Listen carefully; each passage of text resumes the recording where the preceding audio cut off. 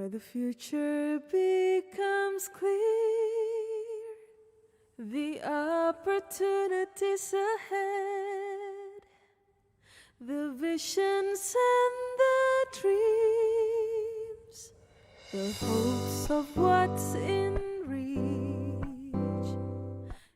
Imagine the possibilities, the essence of science, of technology, a world of careers unleashed. You can get it at BEYA. Become everything you are. You can get it at BEYA. A place where you can achieve the essence of science, of technology, a world of careers and dreams. Set your objectives, your course lies ahead at BEYA. Become everything you are.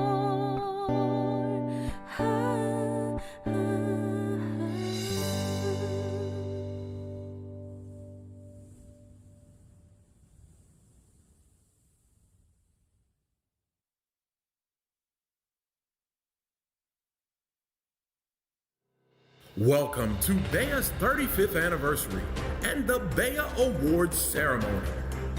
Like never before, we're bringing the BEYA experience to you live from all over the world, including BEYA's home in the nation's capital and the Garden Theater in Detroit, Michigan. BEYA is honoring 35 years of advancement, support, achievement, and inspiration. The excitement never stops, featuring socially distanced dancers for your home viewing pleasure. No mask required. BEYA 35, in partnership with Lockheed Martin Corporation, Aerotech, the Council of HBCU Engineering Deans, and U.S. Black Engineer Information Technology Magazine proudly bring you the 2021 BEYA Awards ceremony, sponsored by BGE, Ford Motor Company, and the University of Maryland, Baltimore County. Now, let's meet our digital team CCG co-hosts from Washington, D.C. It's Ray and Courtney. Good evening. I'm Courtney Taborn. And I am Rayondon Kennedy. As we celebrate BEYA's 35th anniversary, we welcome you to a most special evening of pride and purpose. Pride in the accomplishments of the amazing men and women we honor tonight for their discoveries, their innovations, and their progress, not only for their companies, but also for our country and the world. We are changing the course of history. We are shaping a destiny of endless possibilities for the world's youth. We are making change by understanding our existence only has meaning in the positive legacies we create. That's why we're standing up, stepping up, and becoming the change we need to see.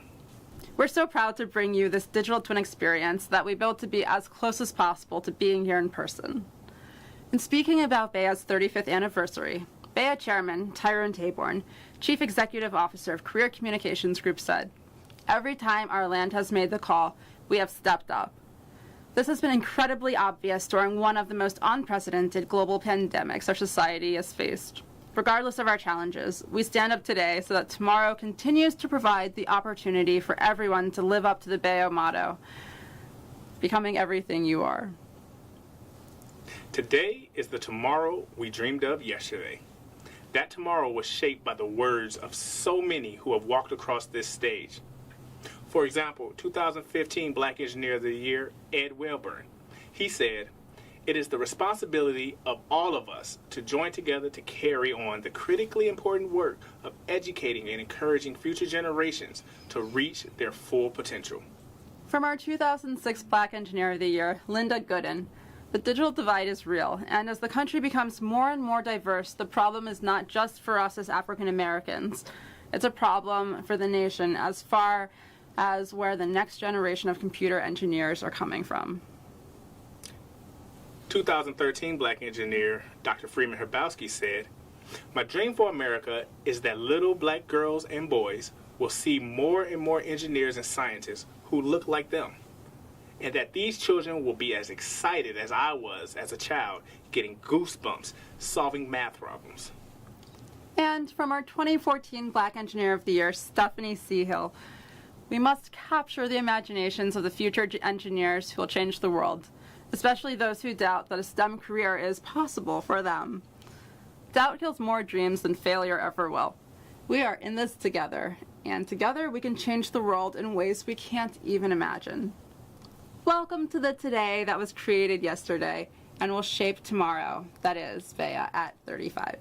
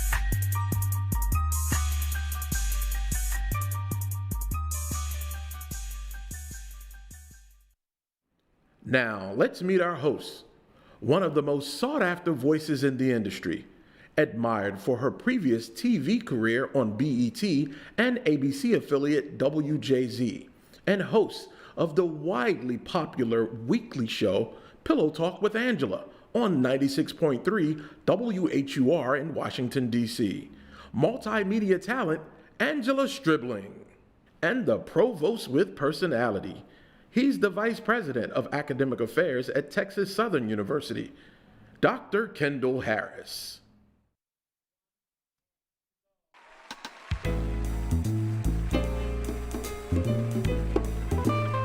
Wow. Oh my goodness, the dancers. Hi everybody, and welcome to our 2021 BEYA Awards ceremony. Hello, Miss Angela. Oh my goodness. It is so great to share this stage with you. I'm You know, honored. we were just looking, last time we were on stage together was 2016. That's a long time. It was 8 o'clock in the morning. No, actually, it was 7 o'clock in the morning. We were doing the Dean's Breakfast. Yes, My yes. goodness, could you imagine that? It was early, but we rocked it.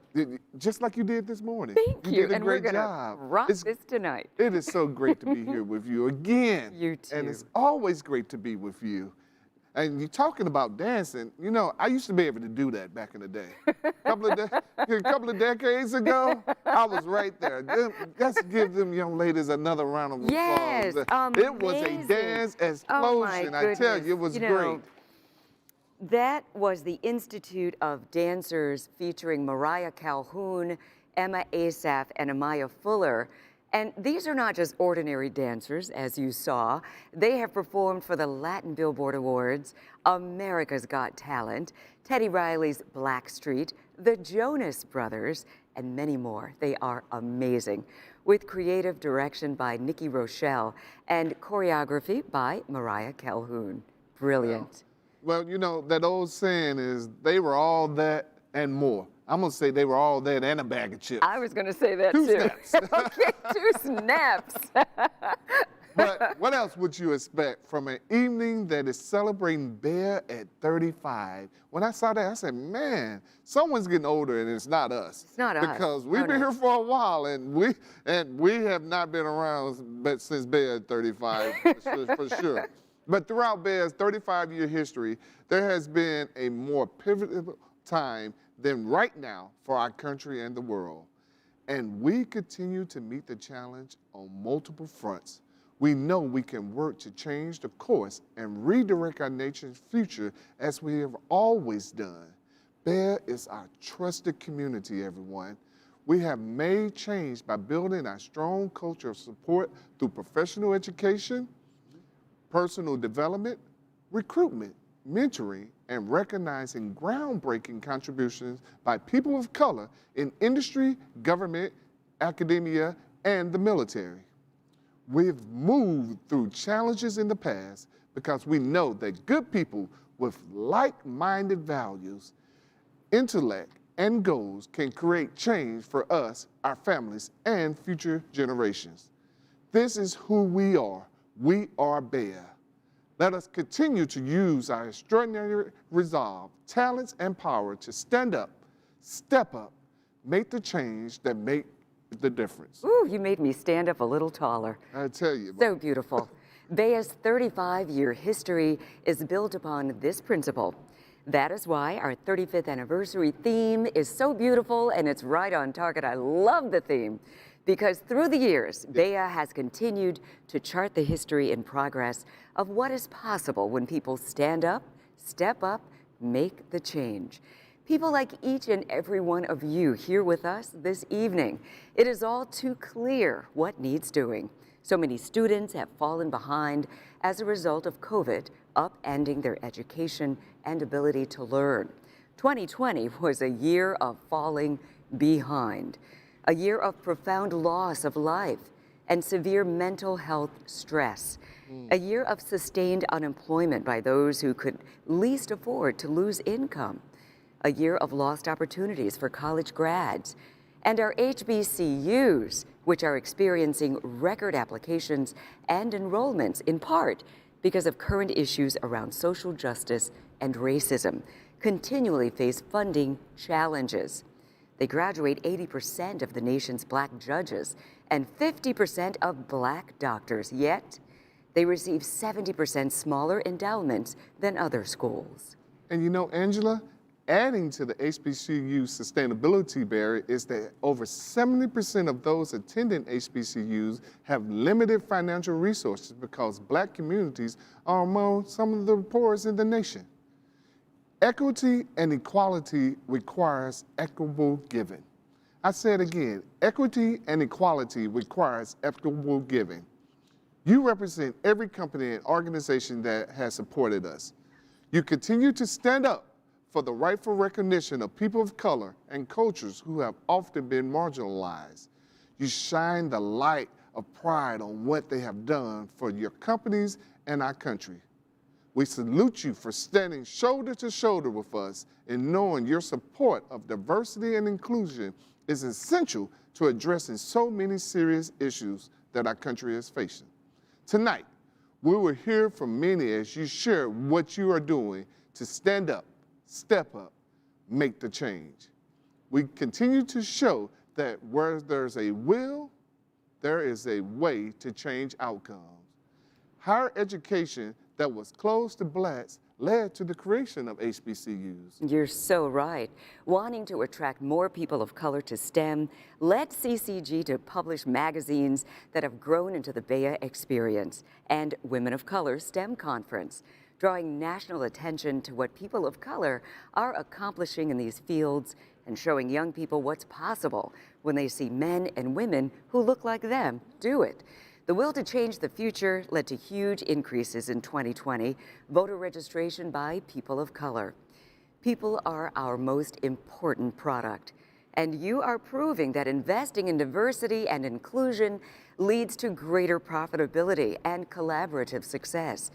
Each of tonight's honorees illustrate this point, beginning with the corporate and community leadership of Exelon's Calvin Butler Jr., the career achievements of U.S. Navy Commander Michael Pesant, Idaho National Laboratories' Zachary Tudor, the Boeing Company's Byron Scott, and Ford Motor Company's Frederic Toney, the community service leadership of Lockheed Martin Corporation's Demetria F. Hall, and Northrop Grumman's Lori Hickman.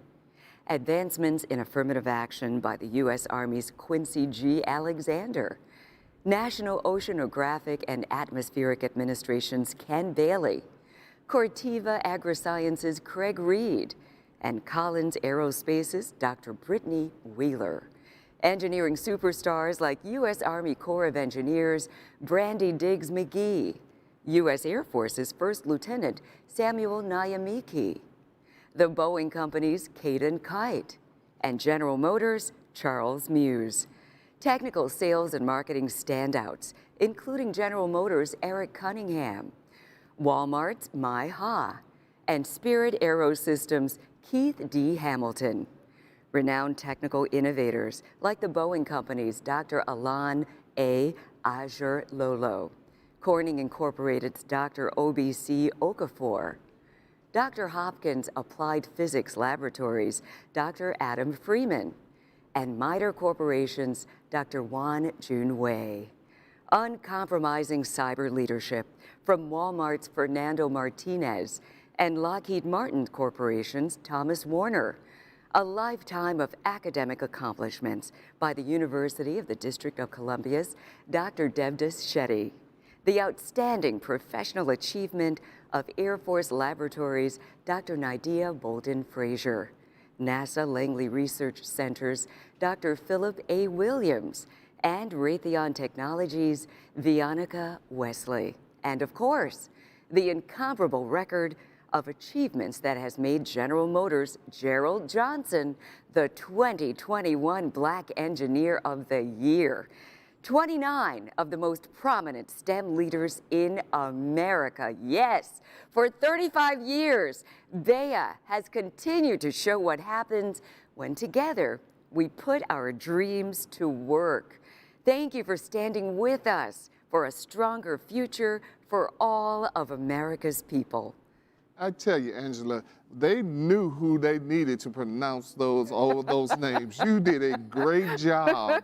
I'm glad it was you and not me. I tell you that. Well, you know what? They deserve to have their names up in lights and shouted off the rooftops. Yes, we should. Yes, we should. So let's get it started. Ladies and gentlemen, please welcome the Vice President of Diversity and Inclusion of Lockheed Martin Corporation, Ron Erskine. Pleasure to join you for the BEYA Awards event. I'm honored to represent Lockheed Martin tonight as we celebrate the leadership and achievements of some of the brightest minds in science, technology, engineering, and math.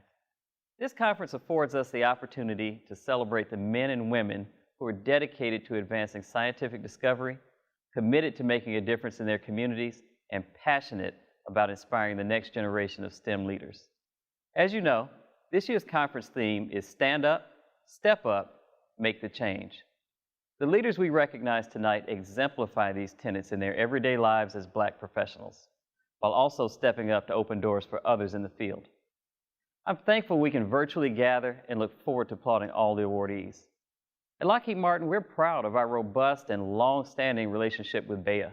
For 35 years, we've worked together to expand hope and opportunity for thousands of young people.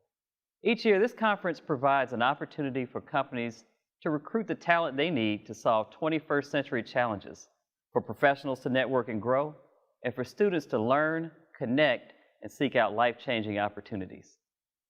BEYA is also a source of inspiration, and it's our hope that the students joining this year find their passions further ignited to pursue new opportunities and make their dreams a reality. On behalf of Lockheed Martin, I would like to congratulate tonight's honorees and to thank everyone who has worked so hard to make the 2021 BEYA Conference a success. As we celebrate the achievements of this year's award winners, let's also remember and recommit to the mission of this wonderful gathering. Together, we must continue to inspire, mentor, and lift up young men and women as they aspire to the STEM fields. And we must continue to recognize those who are sharing their talents to transform the world and build a brighter future for all. Congratulations to all award winners. Enjoy the evening. Our first award presentation this evening is not an annual award, but is given when warranted. The Chairman's Award is presented to an individual of highest personal achievement who has made a major impact on a company's products and profits and has broad managerial reach and inspiring industry influence. Tonight, we celebrate Calvin Butler, Jr. The BEYA Chairman's Award is unique because it is a discretionary honor. It is an award that is not given every year, but only when it is expressly deserved. And this year, we have a most deserving recipient, the Senior Executive Vice President of Exelon and Chief Executive Officer of Exelon Utilities, Calvin G. Butler, Jr. Calvin joined Exelon in 2008, holding prominent leadership roles before becoming CEO of Baltimore Gas and Electric from 2014 to 2019. At BGE, he was responsible for implementing the utility's strategic priorities, including safety, reliability, customer service, innovation, and diversity and inclusion. Calvin played a critical role in helping to successfully navigate company and stakeholder relations during the transformative $7.9 billion merger between Exelon and what was then Constellation Energy. What other words come to mind when his colleagues speak of him? Calvin's ideas are influential, driving change at Exelon, in the energy industry, the world of business, and in the community. Calvin believes in and fights for an inclusive, equitable industry and society. Driving positive impact in communities is at the heart of everything he does.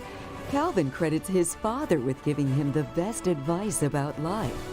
When Calvin was just 10 years old and was playing baseball with his teammates, his dad, the assistant coach, came onto the field.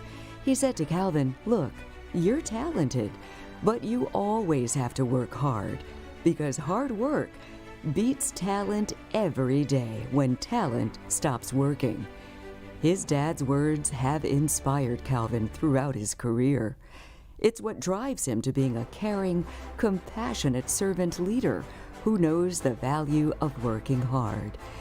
It's what the more than 15,000 employees of Exelon Utilities find inspiring about his leadership style. Today, as CEO of Exelon Utilities, more than 10 million electric and gas customers count on him and his teams to safely, efficiently, and reliably meet their energy needs. Calvin puts Dad's advice into practice daily, overseeing the nation's largest utility company by customer count, including 6 local electric and natural gas companies: Atlantic City Electric, BGE, ComEd, Delmarva Power, PECO, and Pepco. Vice chair of each utility's board and a member of Exelon's executive committee, Calvin is fully engaged to fulfill Exelon's purpose of powering a cleaner and brighter future for their customers and communities. Calvin is actively engaged in the industry and in the community. He serves on the board of the Institute of International Education, a not-for-profit organization that advances scholarship, promotes access to education, and builds economies. He also serves on the boards of M&T Bank Corporation and M&T Bank, and is the immediate past chair of his alma mater, Bradley University, as well as the Gridwise Alliance. He was recently named chair of the Greater Baltimore Committee and has already made his mark in that role by boldly championing the cause of equity. Calvin was featured on the cover of U.S. Black Engineer magazine's Blacks in Energy issue in the fall of 2011, and also led the Top 100 Blacks in Energy list produced by U.S. Black Engineer magazine for 2011. In 2016, he was highlighted in Black Enterprise magazine for fostering a diverse company culture. And last year, Black Enterprise named Calvin among the most influential Black executives in corporate America. It's clear that when it comes to playing on the field of life, Calvin Butler just keeps hitting it out of the park.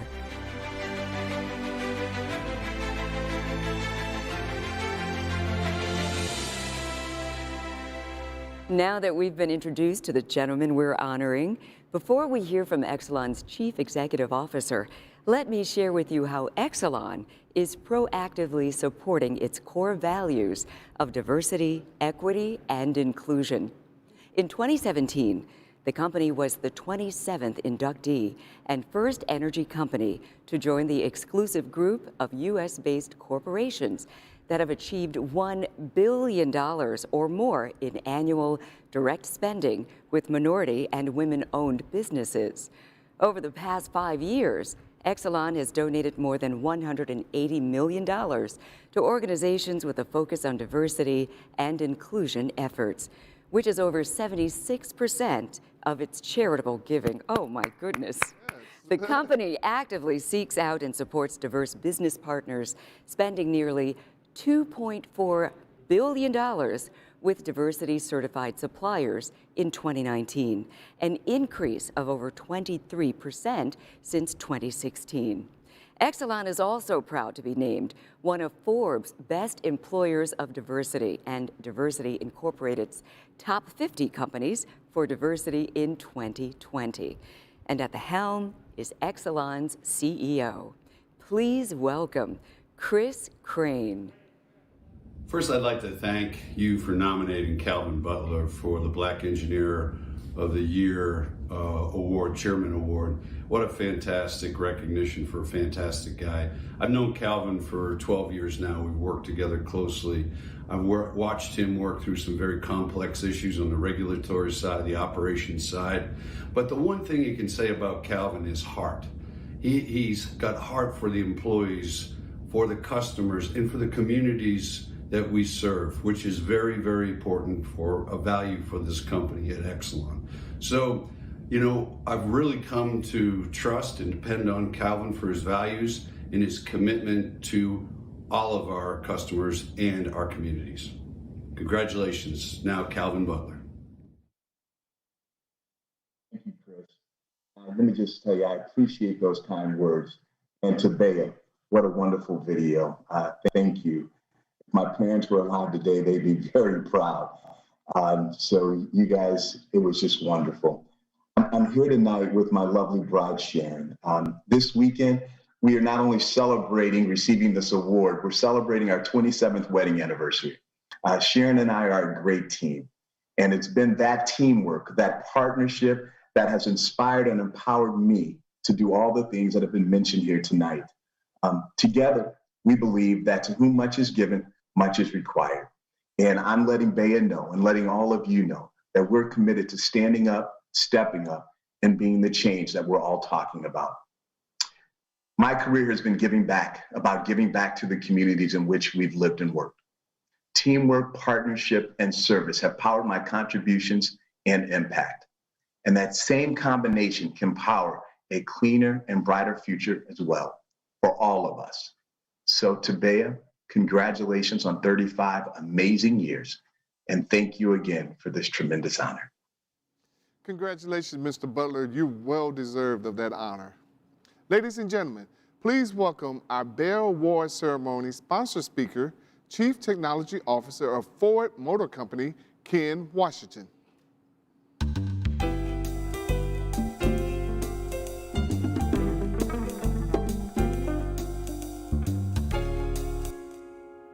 Good evening.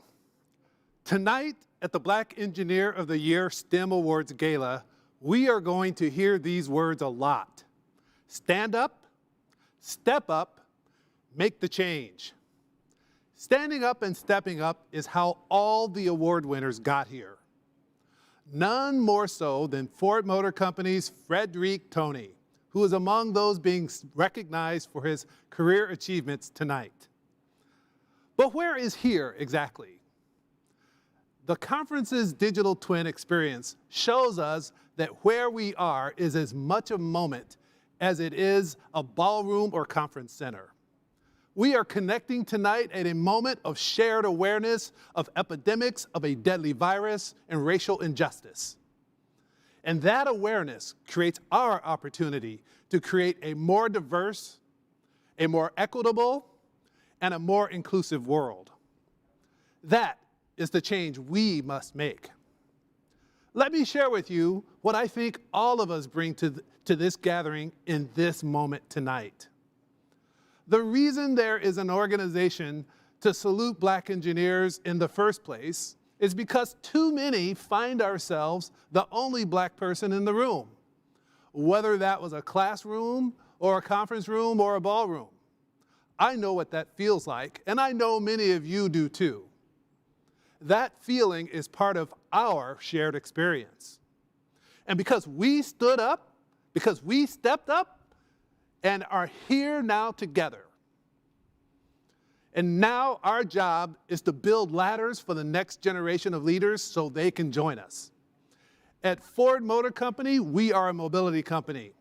And when it comes to diversity, STEM, equity, and inclusion, we are an upward mobility company. And as I've said before, when it comes to STEM and the future, Ford is in the ladder building and ladder holding business. That's why Ford is donating more than 40 laptops as part of our investment in the Girls in Engineering Academy. That is why Ford is increasing our donation to the Detroit Area Pre-College Engineering Program. That is why Ford hired more than 150 of their former students.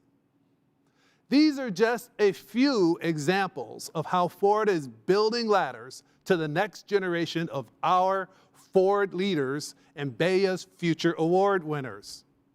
Being underserved is not a permanent condition. Underrepresentation is an invitation to change.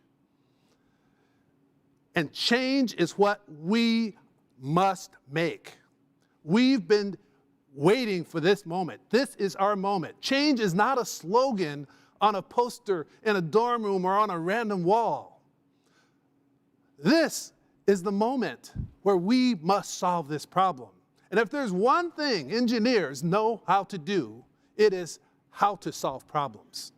So here is the challenge for all of us. How do we build a ladder across time and space that allows someone who is already behind to catch up to the future? I don't yet know the fullest answer to that question, but I am certain of one thing. Every award winner, every guest, and indeed everyone sharing this moment tonight is going to be part of the solution. Thank you.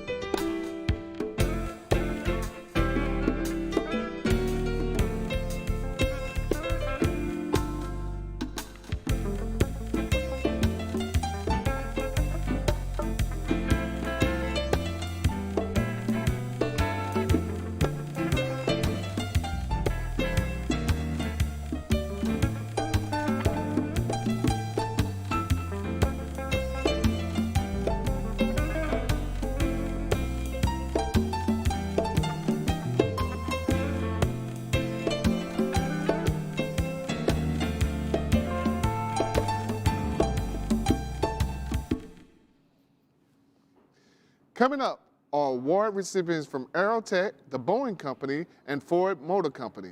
But first, it is my pleasure to introduce the presenter of the Career Achievement in Government Award. Presenting our first Career Achievement in Government Award is the Senior Vice President of Technology and Global R&D for Weber Grill, my good friend, Angela Barbie.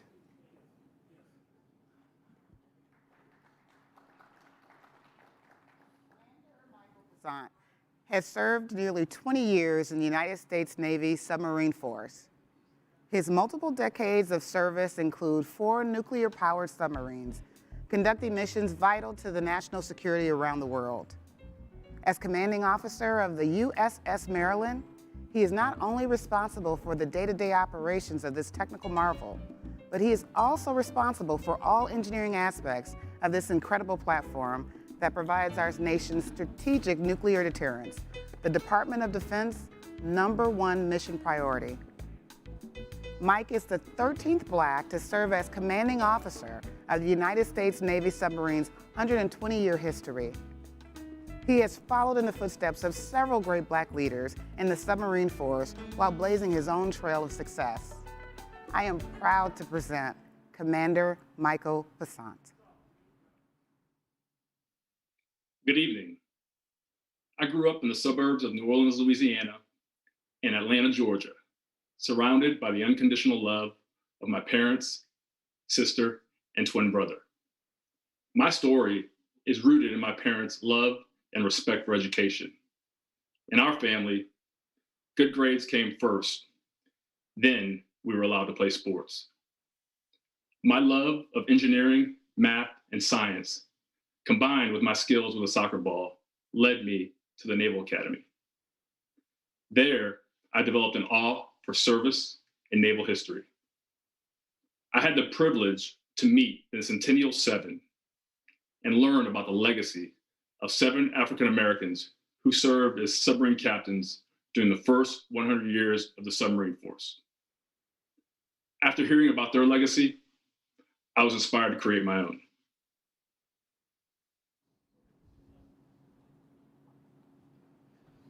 Passionate about driving change and fostering an inclusive environment, Chad Cooley, president of Aerotech's Engineering Sciences Unit and EASY, their technical services company, has committed to the CEO Action Pledge. This pledge brings together over 1,600 CEOs across the United States to act on supporting a more inclusive workplace for employees, communities, and society at large.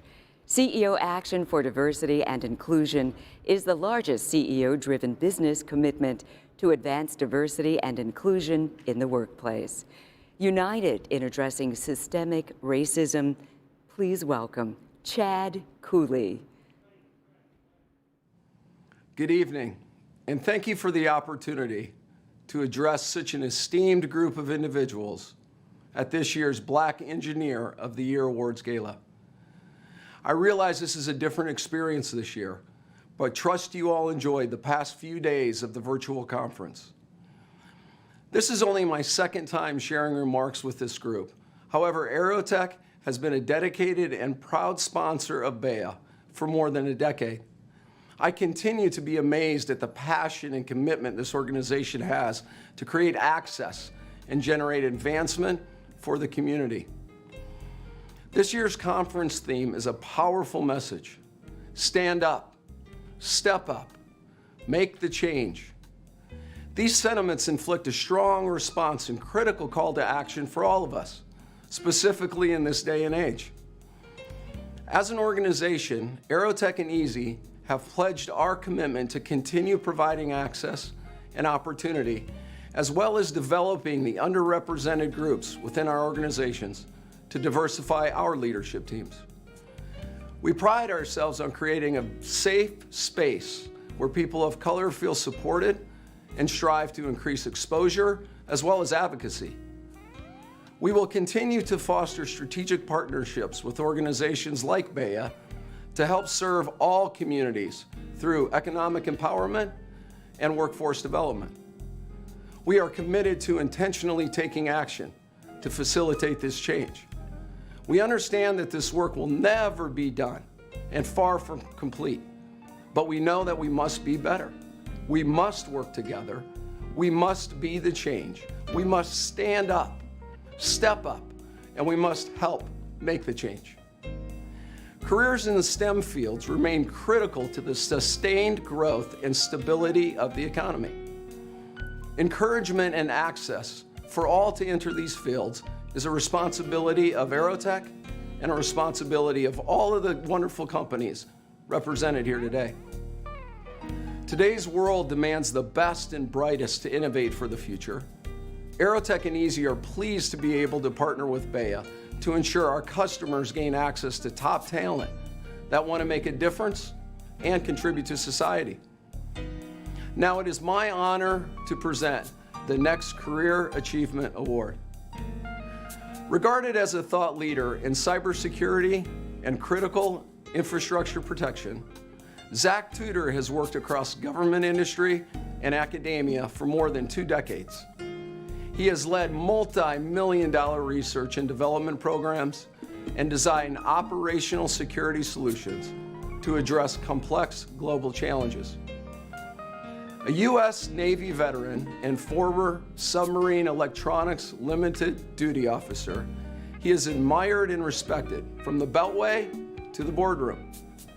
A passionate advocate for education, Zach believes in inspiring America's youth to pursue science, technology, engineering, and mathematics careers.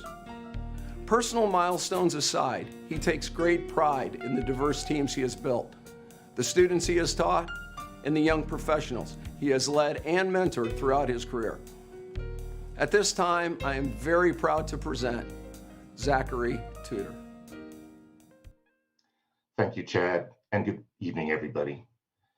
After my first opportunity to program a computer, I knew what I wanted to do for a career. However, I found myself exhausted by academics and was tired of studying. So I left college and joined the Navy, but I still wanted a computer career. Thanks to the Navy, I became one of the early computer specialists who could install, maintain, repair, and operate digital submarine systems. However, it was 6 years before I met a Black submarine officer, and that was Tony Watson. He was my first role model, then my mentor, and definitely my friend.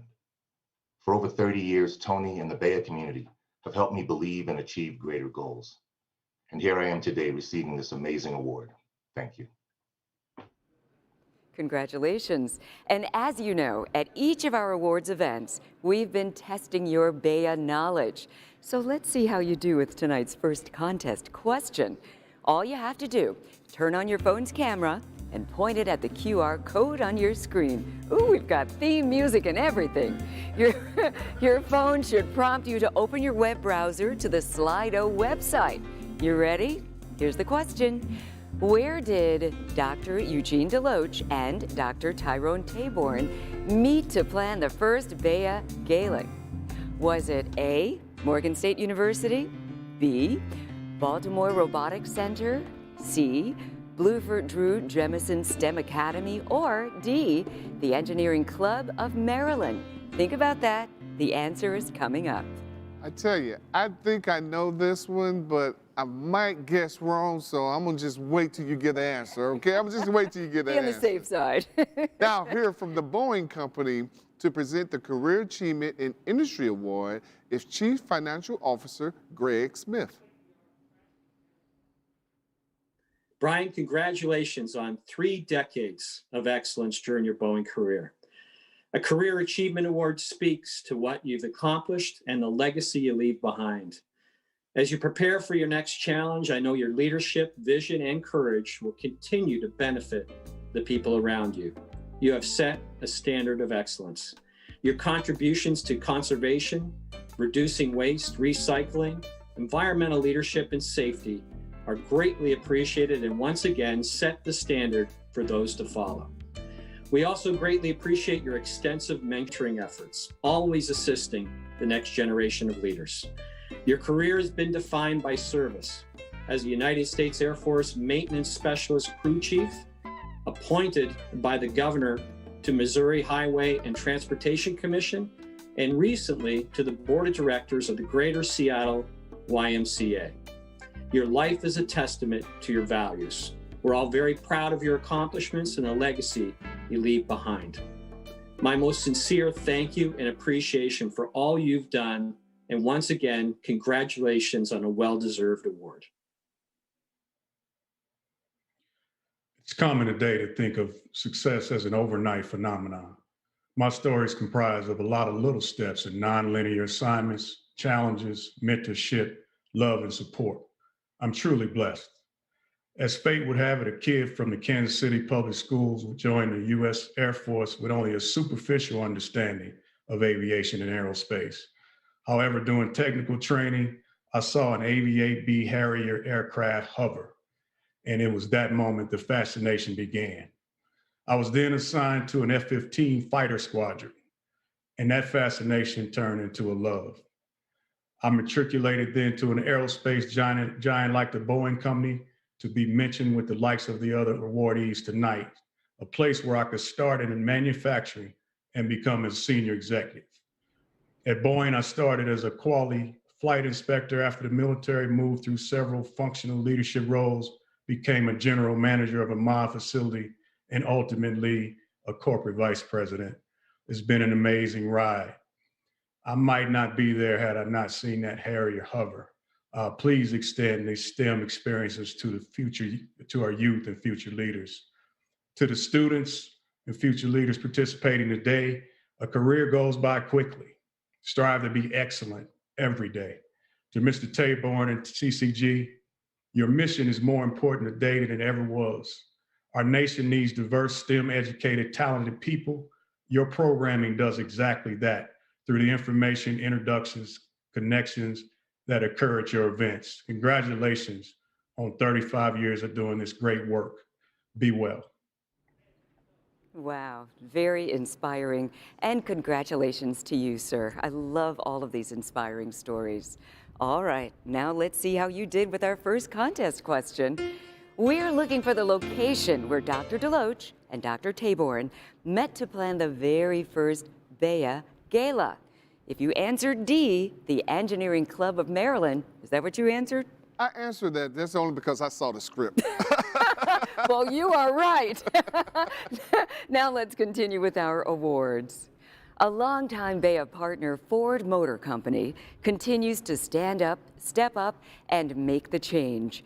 Through its STEM program office, Ford is placing an emphasis on supporting STEM organizations like BEYA that provide essential support to underrepresented minorities and women. Through these programs, Ford is providing students with new and exciting opportunities that will have a meaningful impact on the pipeline of women and minorities pursuing STEM careers. To present our next Career Achievement in Industry Award, please welcome the Chief Executive Officer of Ford Motor Company, Jim Farley. Frederic Tony has spent the past 20 years at Ford Motor Company, where he has demonstrated a keen ability to successfully lead complex business solutions, drive profitability, motivate teams around the world, and nurture talent. He is a natural role model and a mentor for many of us, while consistently exhibiting the discipline required to achieve the highest levels of performance. And Frederic is a champion, a longtime supporter of STEM, and prides himself on living a full life that is centered with his wife, 4 kids, family, grandkids, and his church. And I'm so proud to present the Lifetime Achievement Award for Industry to my colleague and friend, Frederic Tony. From countless hours of bouncing a basketball on a dirt court in rural Alabama to receiving a scholarship to play that sport, I know what it means to beat the odds. My family never had much in the way of material things. We got a phone when I was in the 7th grade and inside plumbing a year later. Neither of my parents finished high school, but they taught us, that being my 4 siblings and I, that the most important thing we could do was get a college education. They always told us that we could accomplish great things if we worked hard enough. But even so, I never imagined that I would ever be the recipient of such a prestigious honor as this one. I want to thank BEYA for this recognition, and Ford Motor Company and my family for its support. Thank you. Congratulations, Frederick. A well-deserved recipient. Coming up are our award winners from the Northrop Grumman, U.S. Army Engineer Research and Development Center, and the National Oceanographic and Atmospheric Administration. But first, let's hear from Lockheed Martin Corporation is committed to our young people by giving them access to STEM opportunities that can be the foundation for their future. To help address the challenges faced by underserved populations and to strengthen the workforce pipeline, Lockheed Martin provides generous funding to STEM education outreach for activities for students from elementary school through college. It is committed to support these program events and related campaigns that focus on student achievement, teacher development, and gender and ethnic diversity. A prime example is the company's support of the work it does with BEYA and its pre-college program. Now, here to present the Community Service and Industry Award is the Vice President of Functional Engineering for Lockheed Martin Aeronautics Company, J.D. McFarland III. I'm excited to introduce you to Demetria F. Hall, a highly accomplished engineer at Lockheed Martin Aeronautics.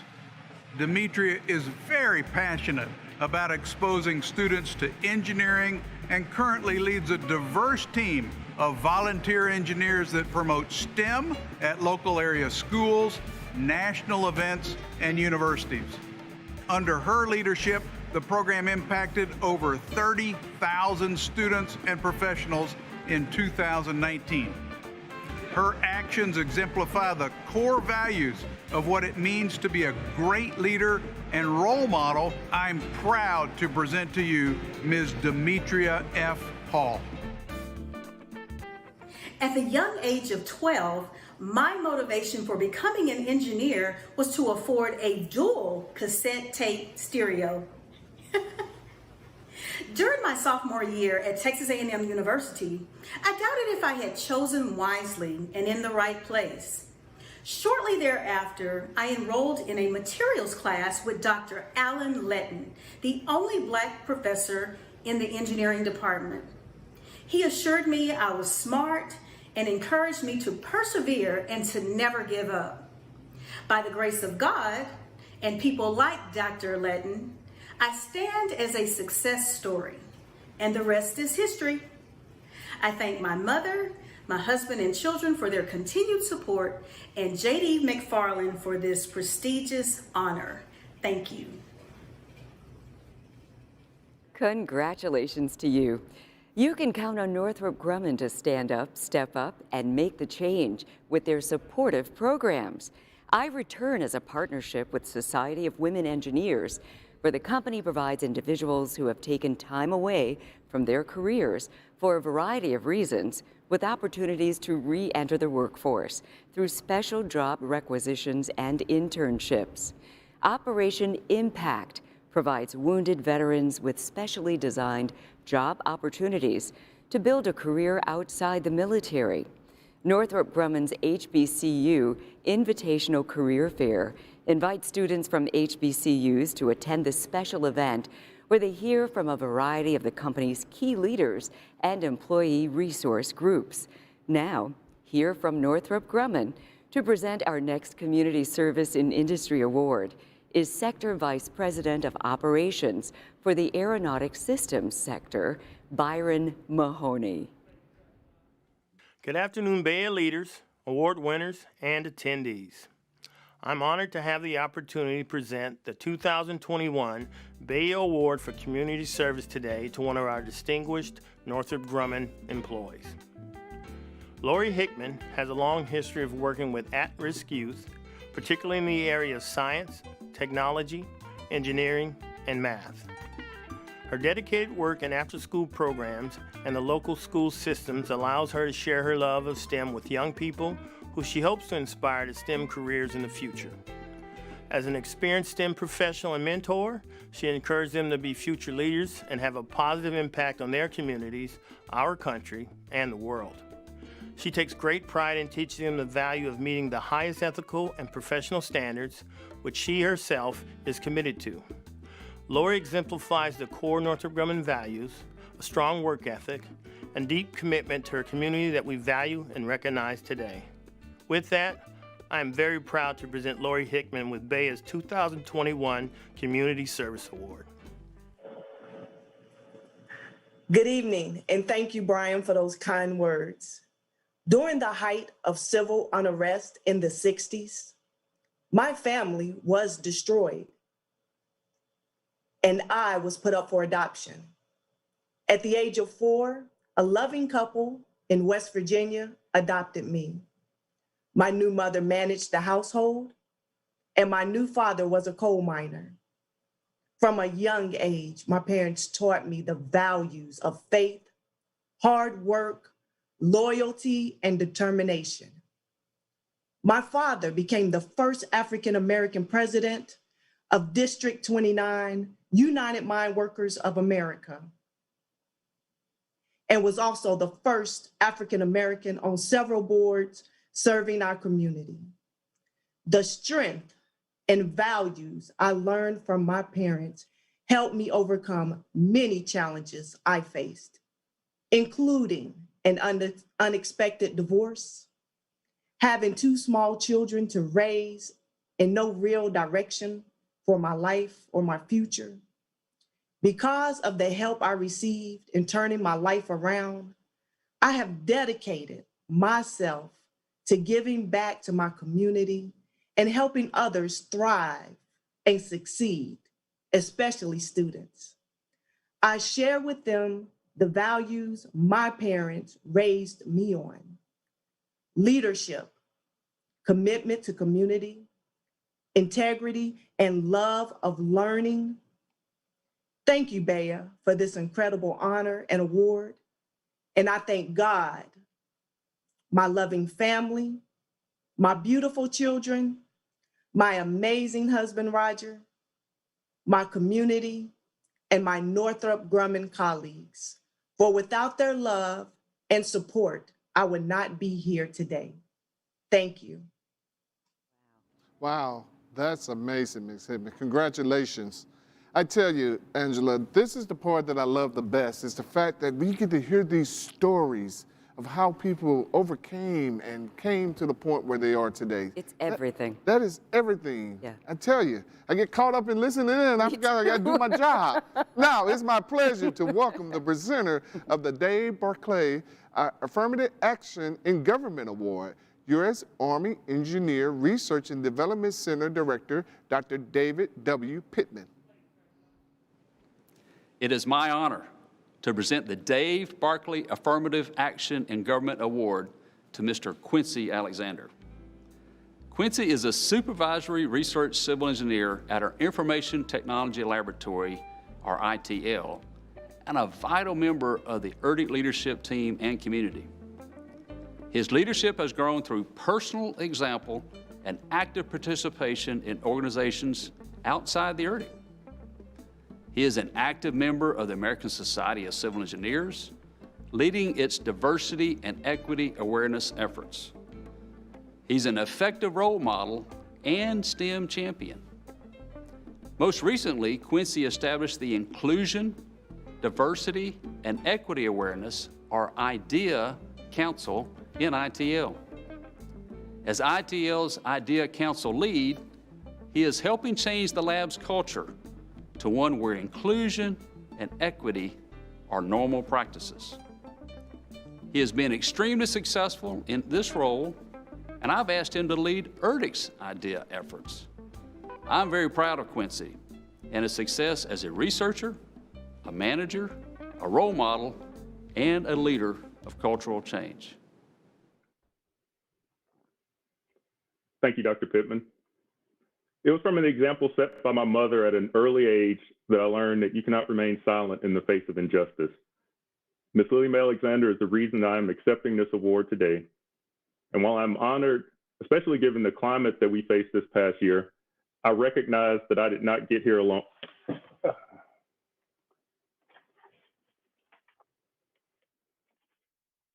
Barclay Affirmative Action and Government Award, and National Oceanographic and Atmospheric Administration Deputy Undersecretary for Operations, Benjamin Friedman. An expert federal equal employment opportunity and diversity practitioner, Kenneth Kenny Bailey came to the National Oceanic and Atmospheric Administration, or NOAA, in November 2016, and has since transformed the NOAA EEO office into an expertly run operation that has expanded to oversee NOAA's diversity and inclusion program. Kenny's passion for creating a diverse and inclusive workplace has led to dramatic improvements within NOAA, with the creation of a new and innovative diversity and inclusion implementation plan, the establishment of 10 employee diversity resource groups, and 3 consecutive years of increased federal employee viewpoint survey scores in the areas of diversity, inclusion, and engagement. I'm proud to present Kenny Bailey. I was raised by a single mother in Baltimore City during the 60s with tremendous odds stacked against me. However, she was an educator, and her insistence and her persistence resonated with me. The seed for my work in civil rights and affirmative action was planted while sitting in front of the TV as a youth and watching the civil rights movement in action. It was nurtured during my 23-year U.S. Army career, and I'm proud of my contributions to our nation's work while in the military and the federal government, and I would like to thank all who assisted along the way. Congratulations to you. Coming up are our award winners from Collins Aerospace, U.S. Army Corps of Engineers Research and Development Center, Construction Engineering Research Library, and the Air Force Research Library, and the Boeing Company. But first, let's hear from Cisco to introduce our next awardee from Corteva AgriScience is Director of People and Communities, Janine Fielder. Craig Reed has always been attracted to a challenge. He joined Delta Airlines right after 9/11 forever changed the industry. He joined DuPont right before its merger with Dow that resulted in some of the largest global shifts the agriculture industry has ever seen. Now, as Chief Procurement Officer and Head of Corporate Real Estate for Corteva AgriScience, he oversees $8.2 billion annually, supporting crop protection, seed and digital solutions, helping to keep the farming industry afloat worldwide through a global pandemic. Craig serves as a member of the Board of Trustees for Florida A&M University and member of the board for the Institute for Supply Management Services, the National Minority Supplier Development Council, South Africa Supplier Diversity Council, and Together for Sustainability. I am proud to present Craig Reed. Thank you. I'm a proud alum of Florida A&M University. I originally majored in engineering, but FAMU sparked my interest in procurement and supply chain. It is also at FAMU where I started honing my leadership skills as a drum major in the world-famous Marching 100. My HBCU experience shaped my life, both my career trajectory and my values. It instilled in me the importance of hard work and the idea that to whom much is given, much is required. I've spent my career shaping global supply chains from the auto industry to agriculture. And now I'm focused on giving back to those industries and organizations that poured into me. Creating intentional inclusion for diverse people and ideas. I would like to thank BEYA for this award and this tremendous recognition. To you. Now here's how Raytheon Technologies is doing their part to stand up, step up, and make the change. They've partnered with the Congressional Black Caucus Foundation to fund a new fellowship for Black candidates looking to build their knowledge and skills in aerospace and defense policy. This 23-month salaried fellowship is part of Raytheon Technologies' broader effort to support diversity, equity, and inclusion within the company and in communities across the United States.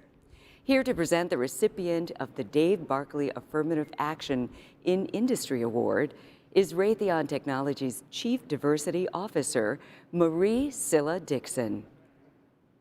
Dr. Brittany Wheeler leads a team transferring diverse aerospace products and technologies across the world to align with overall business strategy.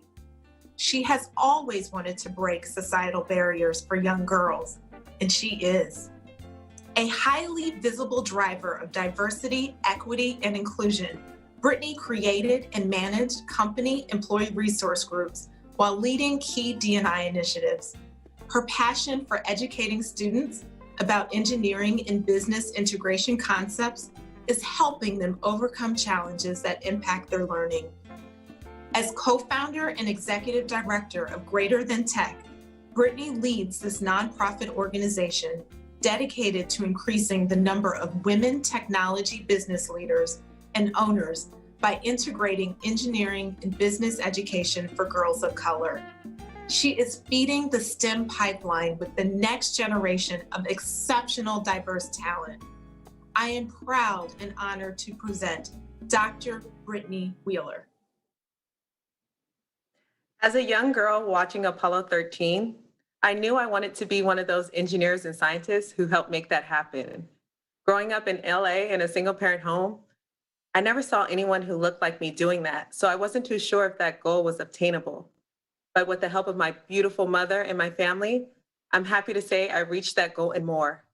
And along my journey, I was determined to break societal barriers for people of color and young girls by teaching them to be advocates of change and making the uncommon common, especially as a Black woman tech leader like myself. It takes a village to raise a child, so I dedicate this award to my village, my amazing family who lifted me up and made me who I am today. My village includes my mother, aunt, sister, brother, cousin, and stepdad. And to my niece and nephew, every achievement I make is for you and for you both to see me as a role model. And to my entire loving family, friends, and sorors, I say this: we own, and we all we got. I love you guys, and thank you so much for recognizing me for this outstanding award. What an incredible showcase of talent. As you heard at yesterday's technology recognition event and this morning's BEYA HBCU Engineering Dean's recognition event, we've been sharing with you the winners of our Student Leadership Awards. Now it's our pleasure to announce 3 more who continue to show how bright our nation's future is, knowing these bright stars are on the horizon. We also know you'll be as impressed with them as we were when we first reviewed their award submission applications. First up, representing the University of Tennessee, Kadero Howe is receiving the BEYA Student Leadership Award.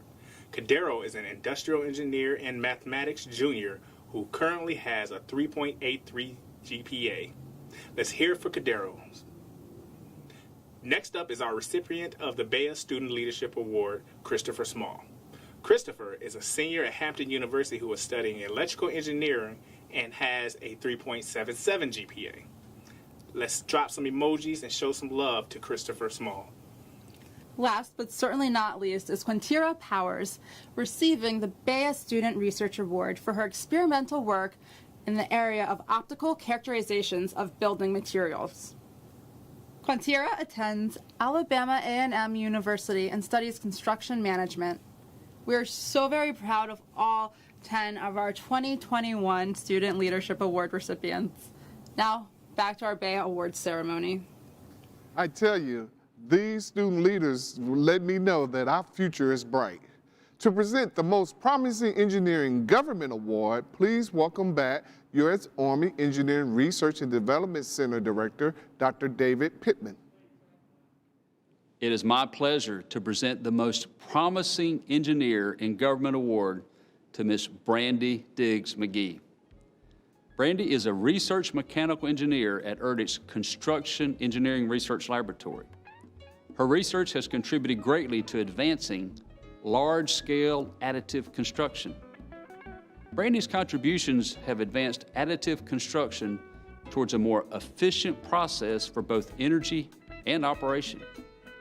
Her research provided the construction industry more details for planning and executing labor, as well as detailed timelines and time-reducing steps.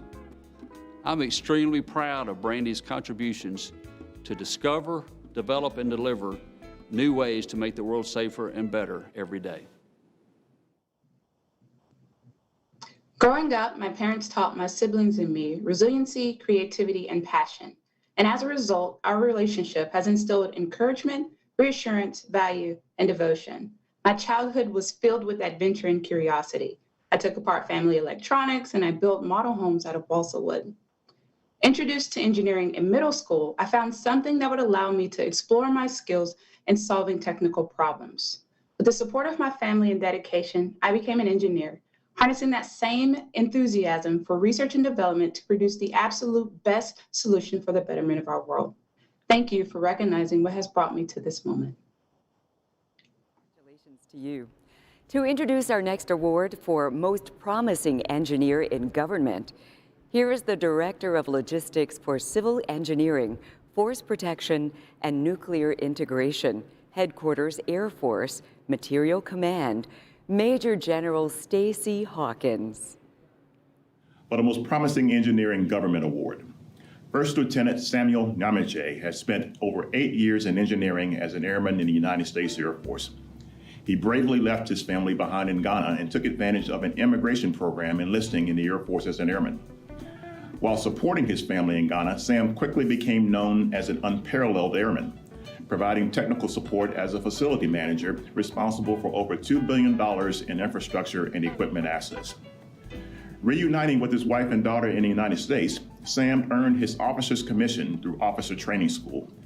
He supports the Air Force Research Laboratory Aerospace Systems Directorate and is responsible for cost, schedule, and technical performance for several high-visibility propulsion, vehicle stability, and control activities. I am proud to present First Lieutenant Samuel B. Nyamache. Thank you, General. Good evening. Dad is a retired computer science professor. My mom, though brilliant, she couldn't go to school to the highest level because she came from a home that did not believe in education women. For this reason, she swore to spend every dime of her to educate her children. With my dad's educational standard, coupled with my mom's determination and my curiosity to understand how stuff works, drove me to pursue a career in engineering. I'm very grateful to my wife, Elizabeth, and my 3 children for supporting me, inspiring me, and cheering me on.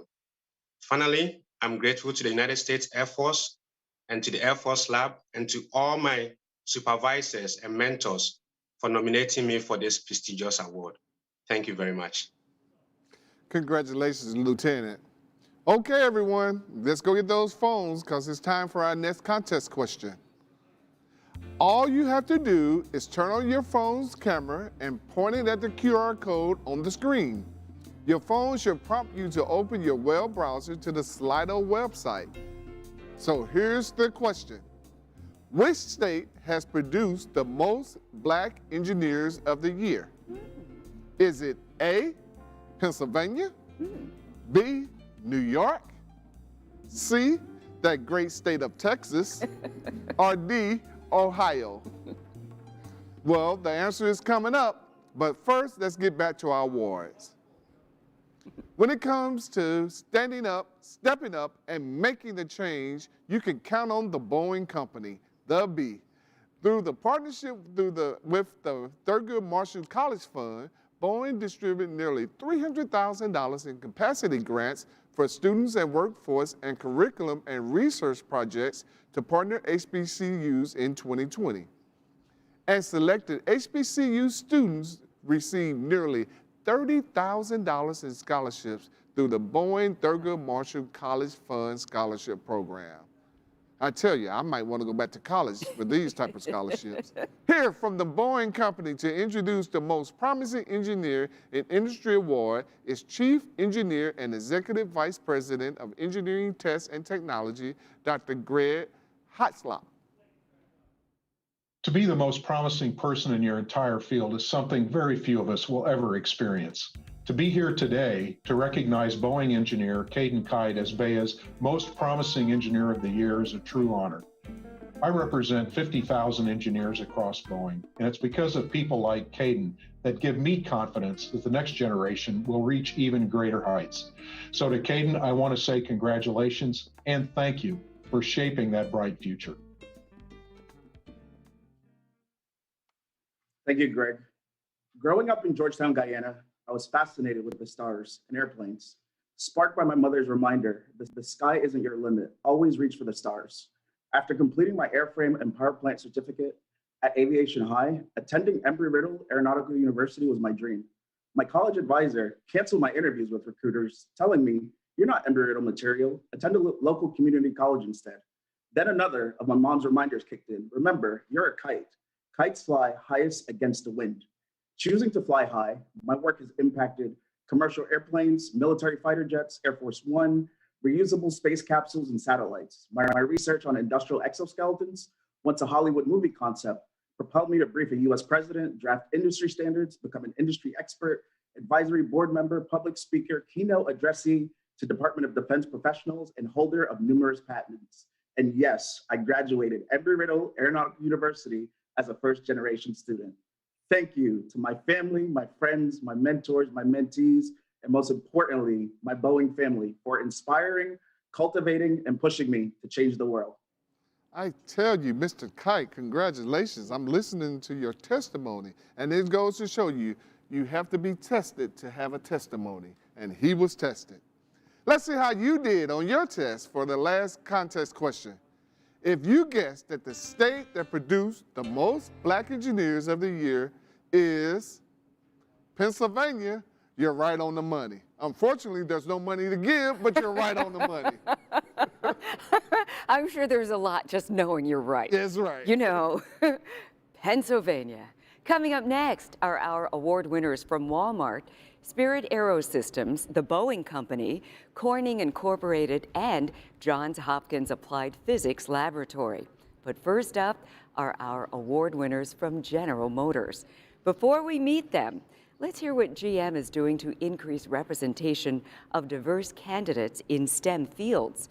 During the 2020 fall semester at North Carolina A&T, GM's African Ancestry Network launched a virtual webinar pilot with the College of Science and Technology. In this monthly learning series, students engaged with GM professionals on new technologies, career exploration, and professional development. The pilot was a major success, quenching the students' thirst for knowledge, to know where the industry was headed, and the desire to connect with professionals to help with direction and overall career guidance. Here from General Motors to present the Most Promising Engineer in Industry Award is the Executive Vice President of Global Product Development, Purchasing, and Supply Chain, Doug Parks. Thanks very much. It's my pleasure today to present this award to one of GM's best and brightest young engineers. Charles demonstrates creativity, innovation, and inclusion every day at General Motors, and these are key behaviors to our mission and our values. Throughout his career, Charles has been creative, innovative. He's demonstrated execution capability.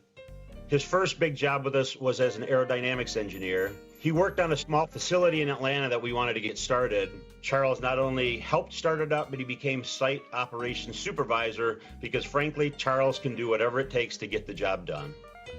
Charles continued to show creativity and innovation in his assignments as a design and release engineer. And now he's a key leader in our autonomous vehicle program, where he is once again finding creative solutions, developing and validating one of the most exciting technologies of our time. Frankly, we're lucky to have Charles on the GM team. It's my pleasure today to present him with this award.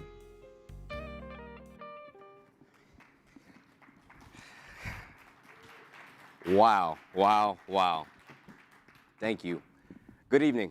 I was born and raised on the south side of Chicago, a city notorious for pain, uncertainty, and adversity. As an engineer and a pilot, I stand before you as living testament that with love, passion, and faith, there was no circumstance, no statistic that can stop you from reaching your highest potential. Along my journey, I've learned that on the other side of that pain is growth. At the end of that uncertainty is opportunity. And through that adversity comes triumph. Jeremiah 29:11 states, "For I know the plans I have for you, plans for welfare and not evil, to give you a future and hope." Be encouraged, everyone, and thank you so much for this honor. Wow, Mr. Muse, congratulations again, sir. Congratulations. And I tell you, Jeremiah 29:11 is something that's quite run through my household because that's my son's favorite verse. We recently heard about the General Motors webinar pilot program that is increasing the representation of diverse candidates in STEM fields. As a result of its success, it's been expanded to several HBCUs in 2021 with the monthly learning webinars as well as quarterly recruitment engagements. The ultimate goal is to expand to all 15 ABAC accredited engineering HBCUs in designated increments. The program will be branded the Ed Wilburn HBCU Connection Series. Now, here from General Motors to present the Technical Sales and Marketing Award is Executive Vice President and President of the North American region, Steve Carlisle. Eric Cunningham has done incredible things throughout his career.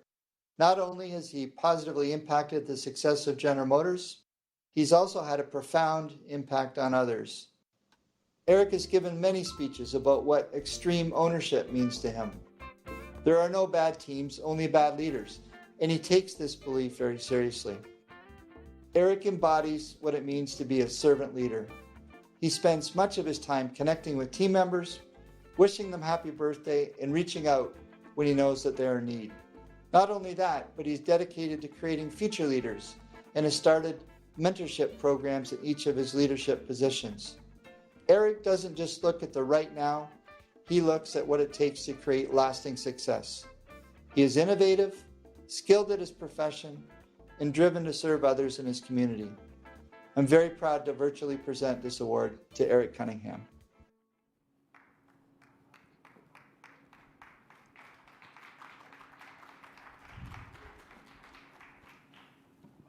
Thank you, Steve. I was raised by a single mother of 4 who worked 2 jobs her entire life to take care of our family. She was a school teacher and a dispatcher for the Chicago Police Department. Her drive and work ethic inspired me to always strive for more. I learned what it means to stay humble and roll up my sleeves. I've spent most of my adult life working for GM, and it has pushed me to innovate and become a better version of myself. But more than that, my experiences solidified my goal to mentor and elevate those around me. I'd like to thank my wife and son, my loving family for all the support. Thank you, General Motors, and thank you, BEYA. Congratulations. As we continue to highlight what companies are doing to stand up, step up, and make the change, Walmart launched its Equity in Education initiative. This program with North Carolina A&T State University is aimed at increasing the number of Black college graduates securing careers in fields critical to the nation's workforce. It supports undergraduate students with tailored resources and assistance as they pursue degrees in business, engineering, and other professional disciplines, and is powered by Walmart's $5 million investment, the largest corporate investment in North Carolina A&T. Here from Walmart to present the next Technical Sales and Marketing Award is the Senior Director of Walmart Technology Information Security, Myra Harrington. An experienced and driven leader with a strong sense of excellence, My Ha's leadership acumen has helped us define a first-in-class portfolio team that supports the Walmart Information Security Organization. Through her leadership, she has enabled Walmart's digital ecosystem through her ability to oversee large, complex projects and organizations. She has cross-functionally led initiatives such as multi-factor authentication that rolled to over 2.1 million associates worldwide, delivering on multi-year initiatives to implement modern encryption solutions for Walmart stores point-of-sale systems, and driving the delivery to modernize our identity and access management technology stack. It is my honor to present my PA. My parents immigrated to the United States to seek a better future for me, my brother, and my 3 sisters. Not knowing English and only with a few dollars, their life was hard. As a first-generation college graduate, I worked 2 jobs to put myself through school. I've always admired the grit and courage of my parents' journey in the pursuit of the American dream. It has taught me to be fearless in the face of adversity. I stand here today because of their sacrifices, and it is my privilege and honor to be able to give back to future generations. At Walmart, I get the privilege to give back each and every day. Thank you. Congratulations, Mai. The presenter of our next Technical Sales and Marketing Award is Senior Human Resource Director, Global Verticals and Pathways for NetApp, Cynthia Brown. Greetings. I am happy to present the Technical Sales and Marketing Award to Keith Hamilton of Spirit Aerosystems Incorporated. Keith Hamilton has spent over 13 years in the aerospace industry in various roles of increasing responsibility and impact. Keith has had a central role in Spirit's strategic efforts to grow and diversify the portfolio. As a key contributor to the team, Keith has been directly involved with developing and capturing new customers and projecting to add over $1.5 billion of new revenue while leading a program portfolio of $285 million annually. He represents Spirit's values through his transparent, collaborative, and inspirational leadership presence with internal and external customers, as well as through service and community outreach. I am proud to present Keith Hamilton. Thank you, Mrs. Brown. I entered college with 2 major goals. 1, to walk onto the track team and get a scholarship. 2, to be accepted into the College of Engineering at the University of Cincinnati, despite my standardized test scores. After much debate with my academic advisor and against her better judgment, she gave me the opportunity to take on the heavy engineering course load and prove myself. Having to prove myself is a concept that's followed me throughout my career. I am proof that with a strategic vision and the correct support network, you can be successful. I'd like to thank God, my family, my friends, my colleagues for their support that's brought this award to me. Thank you very much. Congratulations to you. The Boeing Company knows the importance of diversity and inclusion, is assuring our nation's STEM strength. To actively support this, Boeing has recruiting relationships with 23 minority-serving institutions, including 15 historically Black colleges and universities. Here from Boeing to present the Outstanding Technical Contribution in Industry Award is the Vice President of Engineering for Boeing Commercial Airplanes, Lynn Hopper. Achievement, leadership, and compassion throughout his 29-year Boeing career. A recently named Boeing Associate Tech Fellow, Alon is internationally renowned project engineer who has made many contributions to the airline industry. Alon was born in Grand Lahou, a small coastal town in the Ivory Coast, and he's had to overcome several obstacles on his career path. After winning a government scholarship to study metallurgy in the United States, he earned his bachelor's and master's degree in metallurgical engineering and his doctorate in material science and engineering. He holds 16 patent disclosures, including 7 granted, with several publications to his name. Alon is deeply committed to helping others further their education and serving his community in the U.S. and his home country. I'm proud to present Dr. Alon Ajololo. I am in awe that my father, originally a carpenter by trade, and my mother, who had no formal education, produced 10 children and raised 12, 9 with college degrees, 6 which are advanced. I was born in Grand Lahou, a small coastal town of Ivory Coast. We grew up in many cities and under the constant exhortation to excel. So I had an insatiable curiosity for the material world, reading books my dad had, and I'm sure purposefully, had lying around. drawing and listening to music. In the end, it was the pull of math and sciences, and particularly material science, that was so strong that I had to leave the comfort of life around family and mentors for an engineering education in the United States and a career as a Boeing engineer. So I stand here today as living artifacts of one that lost the comfort and safety of home, but gained the privilege of contributing with the best engineers in the world to the most recognized name in aerospace, the Boeing Company. So thank you, Lynn. Thank you to the Boeing Company and the BEYA jury for making this evening possible.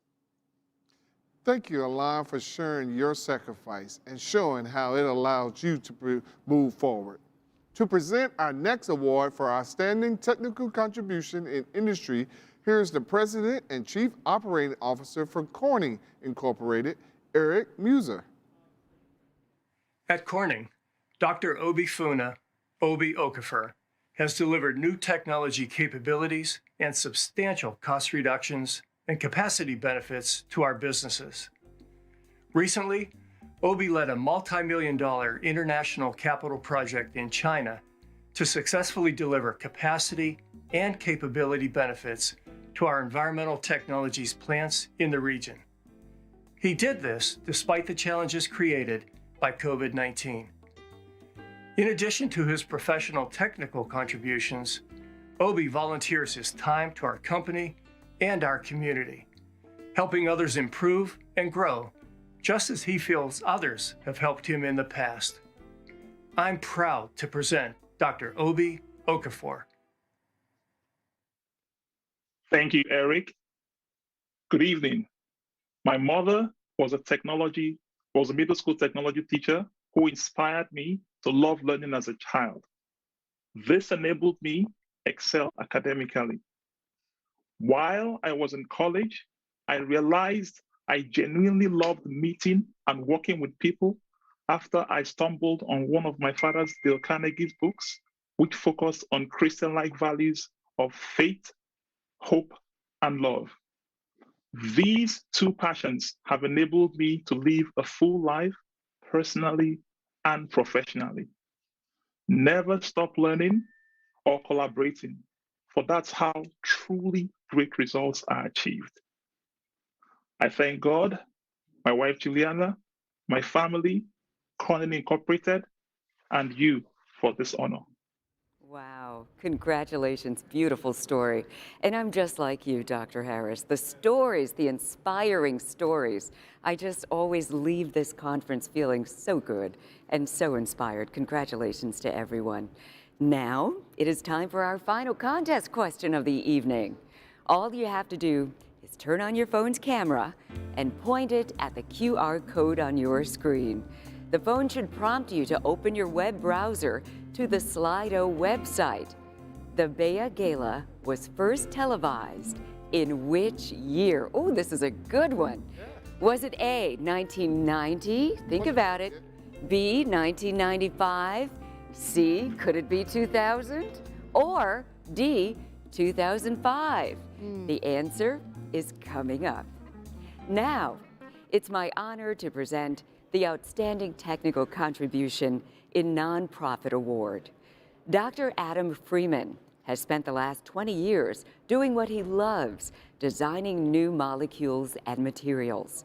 After a highly successful 16-year career in the chemical industry, where he developed several revolutionary products for the building and construction, communications, and industrial markets, he joined the Johns Hopkins University Applied Physics Lab. There, he had continued his passion for innovation by developing novel materials for the next generation safe power systems, as well as futuristic functional coatings for buildings, naval vessels, and people. In doing so, Adam embodies and enables the lab's mission of making critical contributions to critical challenges in trusted service to our nation. I am proud to present Dr. Adam Freeman.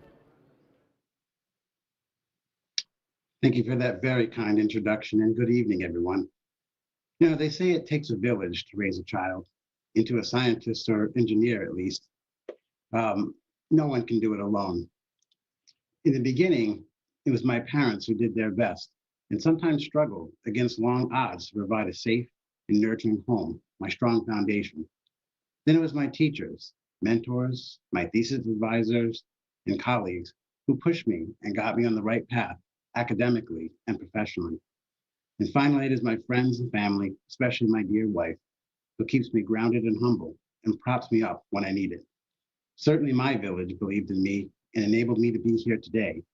This award is for them. Thank you. Congratulations to you. All right, now, Kendall, I'm wondering, do you think you know the answer to this next question? You know, they were all before I was born, so. You're so young. You're a baby. Well, now for the answer to our last contest question. We're looking for the year the BEYA Gala was first televised. Well, if you guessed A, 1990, you're right. Now back to you, Kendall. Now, I was only wishful thinking that 1990 was before I was born. You're a youngin'. I'm not that You're young. a youngin'. Coming up next are our award winners from Walmart, Lockheed Martin Corporation, the University of the District of Columbia, Air Force Laboratory, NASA Langley Research Center, Raytheon Technologies, and of course, the highlight of the evening, our 2021 Black Engineer of the Year from General Motors. But first, up is the MITRE Corporation, here to present the Outstanding Technical Contribution in Nonprofit Award is the Senior Vice President, Chief People and Corporate Strategy Officer for the MITRE Group, Kathleen Federico. I am so proud of and honored by our continued partnership with BEYA and the significant ways in which we collectively create an inclusive and diverse culture and environment that lifts up and recognizes the incredible contributions of so many within STEM. This year, I am honored to introduce Wan Jun Wei, who is receiving BEYA's Outstanding Technical Contribution Award. In his 32-year career, Wan Jun Wei has advanced capabilities in automatic speech recognition, machine learning, and artificial intelligence. His work applies these capabilities, particularly ASR, in novel ways to make mission-critical systems more effective and safer, both in the air and on the ground. He built the first in-house ASR system for the Federal Aviation Administration to flag discrepancies in air traffic controllers' instructions in real time to avert accidents.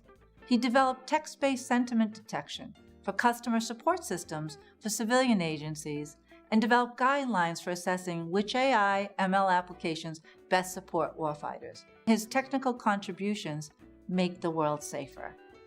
Please join me in honoring Wan Jun's incredible accomplishments.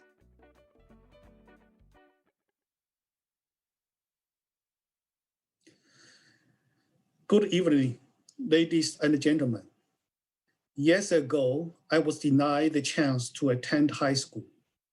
My father was extremely disappointed, but said nothing. Worrying my anger might get me into trouble, he sent me to live with my poor uncle in a remote village. No electricity, no running water, above all, no books.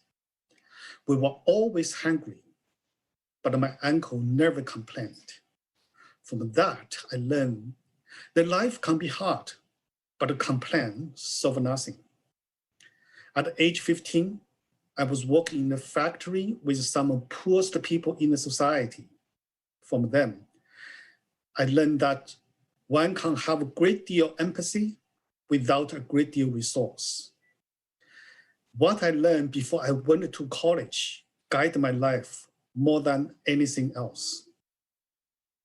Over 30 years ago, I met and married my wife, Eugene, the most beautiful girl on the university campus. From day one, she's the sunshine of my life.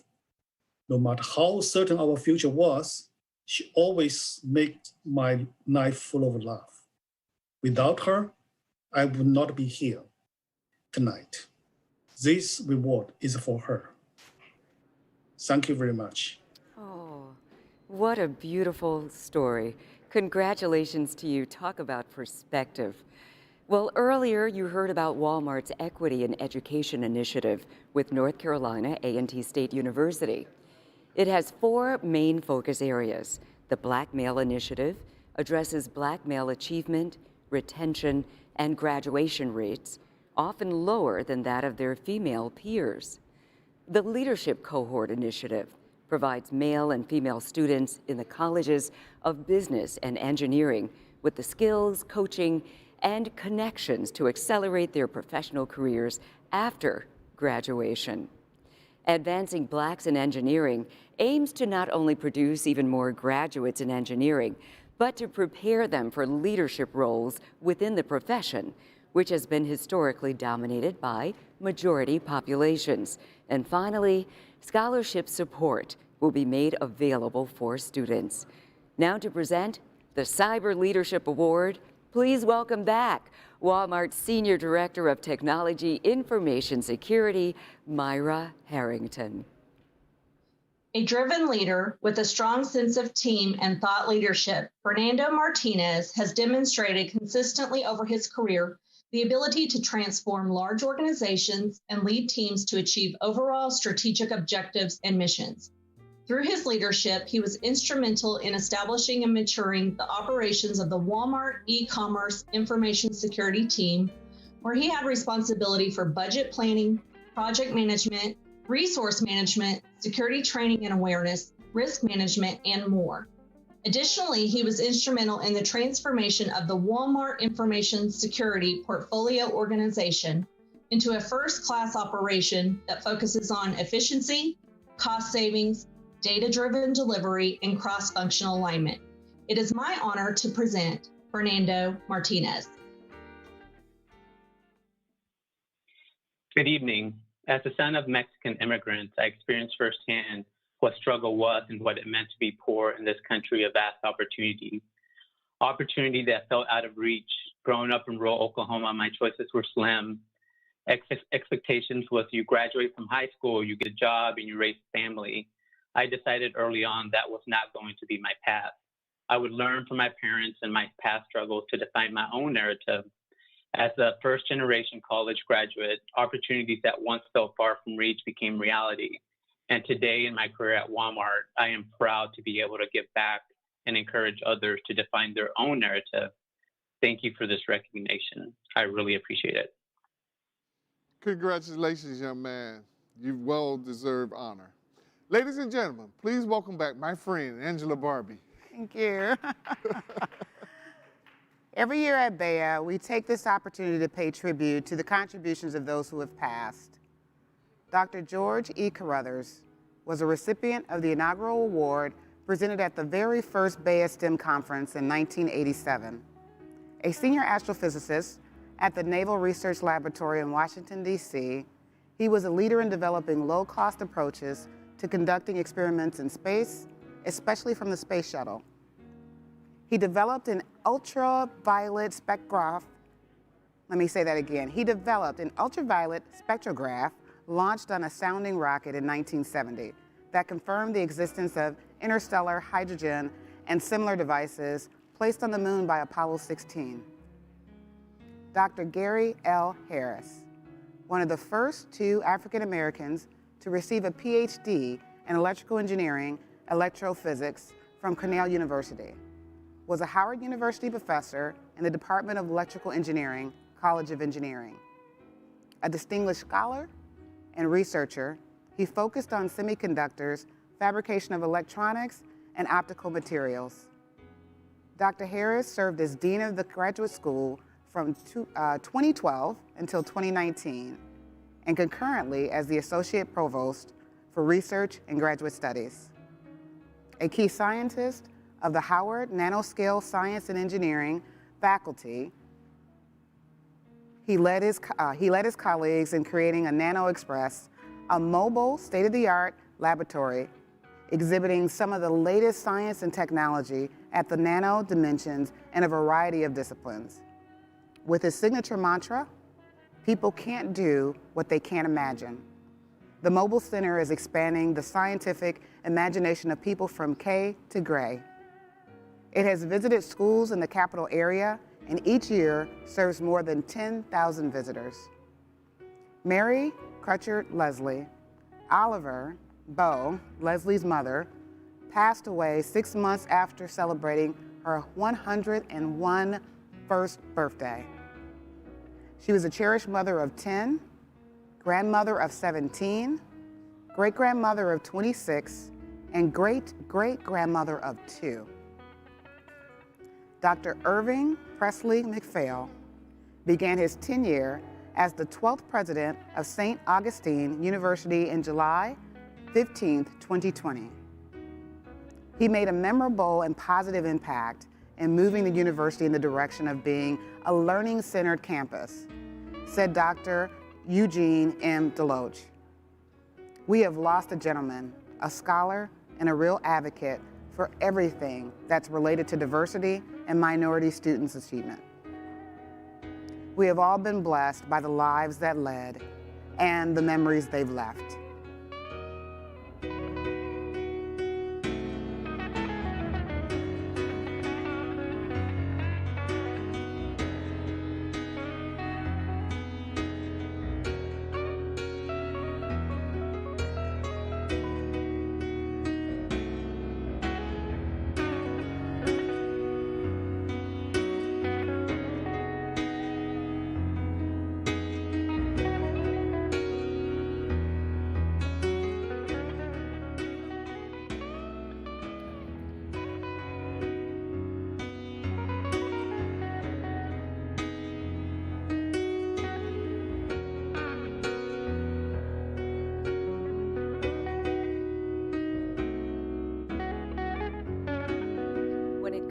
Standing up, stepping up, and making the change. Lockheed Martin works across diverse industries to create smart, sustainable solutions to some of the world's biggest challenges. It is through this shared commitment and dedication that Lockheed Martin is recognized as a great place to work. Lockheed Martin knows that the best way to develop and deliver game-changing technologies is with a workforce that draws from a diverse set of backgrounds, experiences, and skills. To present the next recipient of the Cyber Leadership Award, here is Lockheed Martin Corporation's Executive Vice President of Rotary and Mission Systems, Stephanie C. Hill.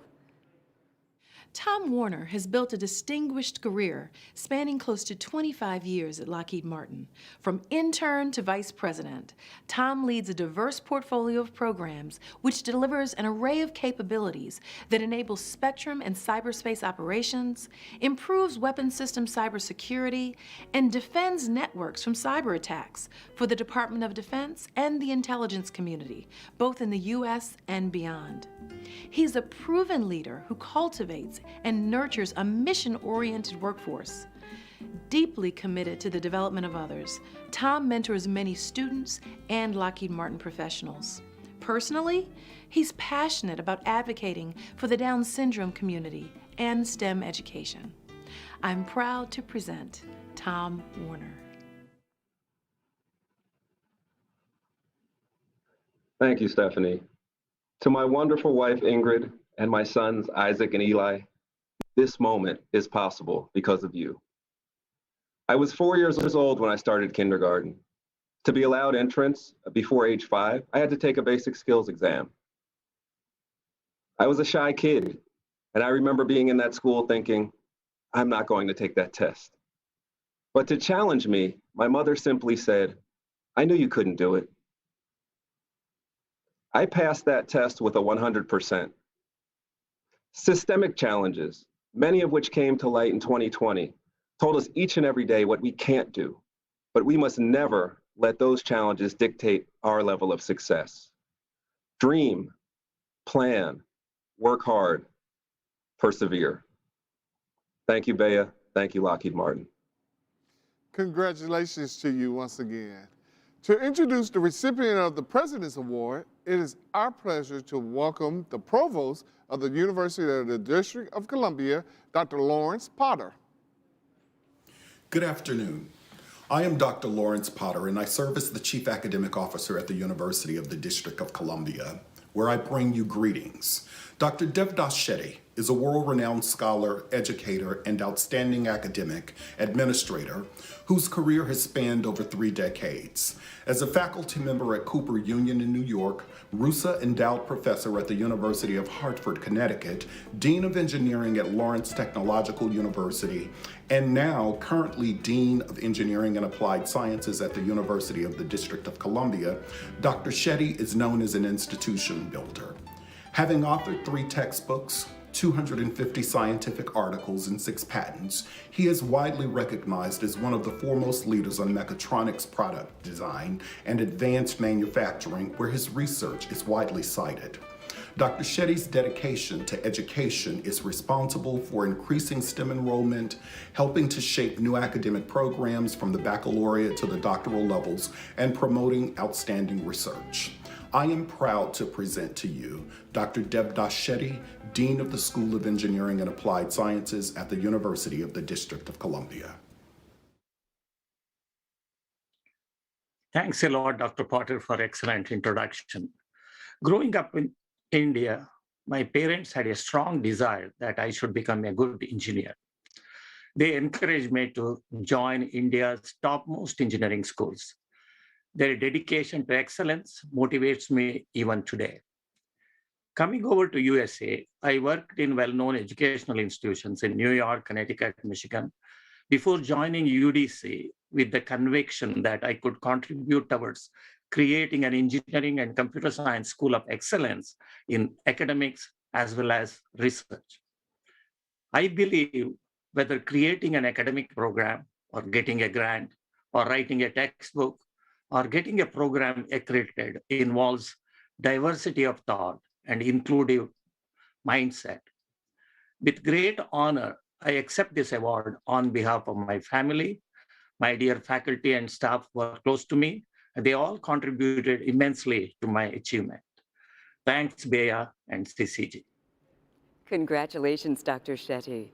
To present the Professional Achievement in Government Award, please welcome back the Director of Logistics, Civil Engineering, Forest Protection, and Nuclear Integration, Headquarters Air Force Materiel Command, Major General Stacy T. Hawkins. For Professional Achievement in Government Award, Dr. Nadia Bolden-Fraser spent over 18 years as a material science engineer. She is the technical lead for over 20 engineers on science and technology efforts across the Department of Defense. Without her initiative and leadership, the Air Force Research Laboratory's warhead research would not have transitioned numerous technologies for operational use across 4 weapon systems worth $2 billion. She represents the United States government by leading her branch with integrity toward innovative research in addition to participating in community outreach activities. I am proud to present Dr. Nadia Bolden-Fraser. So first off, this is a Team Nadia Award. I'm not even sure how I'm at the point of receiving this right now. While I've always had the courage to dream big, I've not always had the resources to execute. But it's people like my dad and my stepmom that I've had in my life that helped myself and my 4 siblings not just survive, but thrive when our birth mother could not take care of us. I've had family and friends who helped me stay focused when I was going through a divorce in the final few months of getting my PhD. And even more recently, my colleagues, my mentors, my husband, they all encouraged me. They supported me. When I had the audacity to apply for a technical leadership position early in my career than most, and when there were no other Blacks throughout the entire organization in a similar position. So for me, this award is more than just for me. It's for my team, and I'm truly grateful. Thank you. Congratulations. Well, I guess now I'm Team Nadia as well.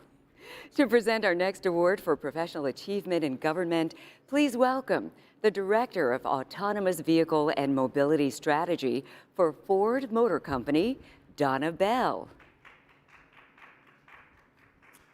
Thank you. Dr. Philip A. Williams provides strategic leadership of NASA Langley Research Center's multi-million-dollar innovation and investments. During the pandemic, Dr. Williams led an overhaul of the portfolio's information technology and communication infrastructure, that significantly streamline the transition to a distributed workforce through the creation of virtual collaboration spaces and dynamic cross-portfolio dialogues. In his previous role, he led a team within the organization that made outstanding contributions to advancing U.S. government progress in the area of in-space assembly. Under his leadership, the team fostered cross-agency partnerships, identified points of synergy across the federal government and U.S. industry, and completed an iterative analysis approach that established a common taxonomy and value proposition that remains in use today. I'm proud to present Dr. Philip A. Williams. Thank you for that introduction. My parents instilled in me a love of education, creativity, and imagination. I always liked math and learning how things work. Dad often sat with me to check my school assignments and challenged me to think critically at an early age. Mom was an administrative assistant at a local HBCU and exposed me to STEM programs. The first person I ever met who worked at NASA was at a gifted summer program for junior high school students. A Black mechanical engineer from NASA Langley, he donned a blue astronaut flight suit and wowed us with his story, journey, and career. This left an indelible mark on me. We must commit to making a positive impact on our young people. That's what brought me to this moment and this award. I thank God, my family, and that NASA Langley engineer. Thank you. Thank you, Dr. Williams. Congratulations. I tell you, Angela, they're getting younger and younger and younger. Yeah, like you. And doing more and more and more. No, I it's tell so you, it's true. a great thing. Yeah. Earlier, we heard about Raytheon Technologies' partnership with the Congressional Black Caucus to fund a new fellowship for Black candidates who was to build knowledge and skills in aerospace and defense policy. The fellowship is especially significant because it can help increase representation of Black Americans on the Armed Services Committee, which would benefit from diversity in policy making. To present the Professional Achievement in Industry Award, please welcome back Raytheon Technologies Chief Diversity Officer, Maria Sleva Dixon. Bianca Wesley has worked diligently for more than a decade as a systems engineer for the Raytheon Missiles and Defense Division.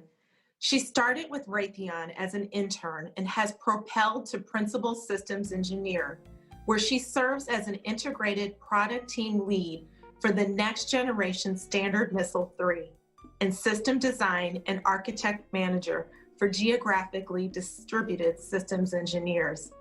She truly upholds her leadership philosophy: lead by example, fostering honesty, integrity, teamwork, and trust through effective communication, collaboration, and consistency. She has met her challenges head on and become a trailblazer in her efforts to get defense systems to the warfighter.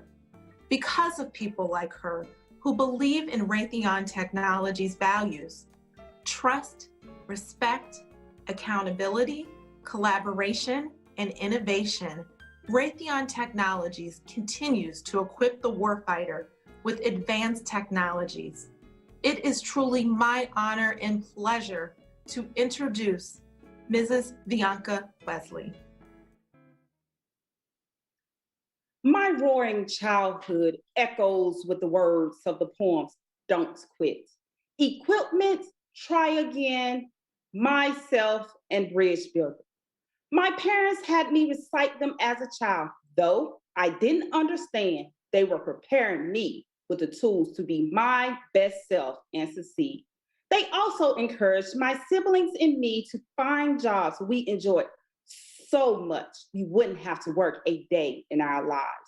My passion for STEM and creativity was ignited at an early age in Birmingham, Alabama.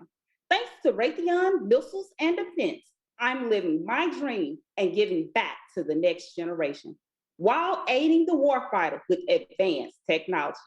For all you dreamers, remember the words of tennis star Arthur Ashe: start where you are. Use what you have and do what you can. Wise words. Congratulations. It has become a tradition each year for the current Black Engineer of the Year to pass the torch to our incoming honoree. Here with his remarks is our 2020 Black Engineer of the Year, the Senior Vice President of Strategic Development for Jacobs Engineering Critical Mission Solutions, Lieutenant General Bruce T. Crawford, U.S. Army retired. Well, good evening, Dr. Tabron, distinguished guests. I just want to take the opportunity up front to say happy Valentine's Day a little early to all. My wife Dinah and I are truly honored to join you this evening as we celebrate 35 years of BEYA excellence. So to say that this past year representing BEYA is among the highlights of my 34-year military career would be the absolute understatement of a lifetime. 1 year ago, as I stood humbly before this audience, pondering how I would measure up to the BEYA legacy, who among us predicted at that time what 2020 would bring? Never in my wildest dreams did I ever imagine that in just 2 short weeks, the world in which we live will be brought to a screeching halt by the impact of the COVID-19 pandemic and later the wounds of social injustice. So when I think of the experience, the BEYA experience, and the honor of representing BEYA this past year, in addition to learning a lot about myself and this nation's next greatest generation of leaders, I've had the opportunity to also learn a lot about each of the previous BEYA award winners. So what I learned is that each one had one common attribute. And that one common attribute, ladies and gentlemen, was resiliency in the face of adversity. I truly believe resiliency is the foundation of the idea, the big idea, that regardless of your wealth, regardless of your station, or regardless of your class, that we are truly all in this together. So because of the BEYA example of resiliency in the midst of a pandemic, what I can tell you standing before you this evening is that my passion for making a difference in the lives of others has not been altered, but enlightened by the weight of the opportunity. So the phrase passing the torch has many meanings. But in its purest sense, what I believe is it's all about relinquishing responsibility. So Gerald, as I pass the torch to you, I want to close with only one piece of advice. And that one piece of advice is a quote from fellow South Carolina State alumnus, Congressman James Clyburn, when describing the life of the late John Lewis. From his favorite scripture from the Old Testament, Micah 6:8, and I quote, "Do justly, be merciful, and walk humbly," unquote. So Gerald, my hope is that your journey is filled with as much joy and enlightenment as mine, for it is your contribution in challenging today so that others who walk in your footsteps can reinvent tomorrow that will make the next chapter in BEYA's eternal, maternal difference worth its weight. So thank you very much. And again, Gerald, I take my hat off. My family passes on to you. Sincerest congratulations as the 2021 Black Engineer of the Year. Thank you. Wow, that was beautiful. Ladies and gentlemen, please welcome the Chairman and Chief Executive Officer of General Motors, Mary Barra. Gerald, on behalf of the entire GM team, congratulations on being chosen as the 2021 Black Engineer of the Year. I am both honored and excited to present you with this prestigious award. You have contributed so much to the global engineering community, our company, and our plant communities.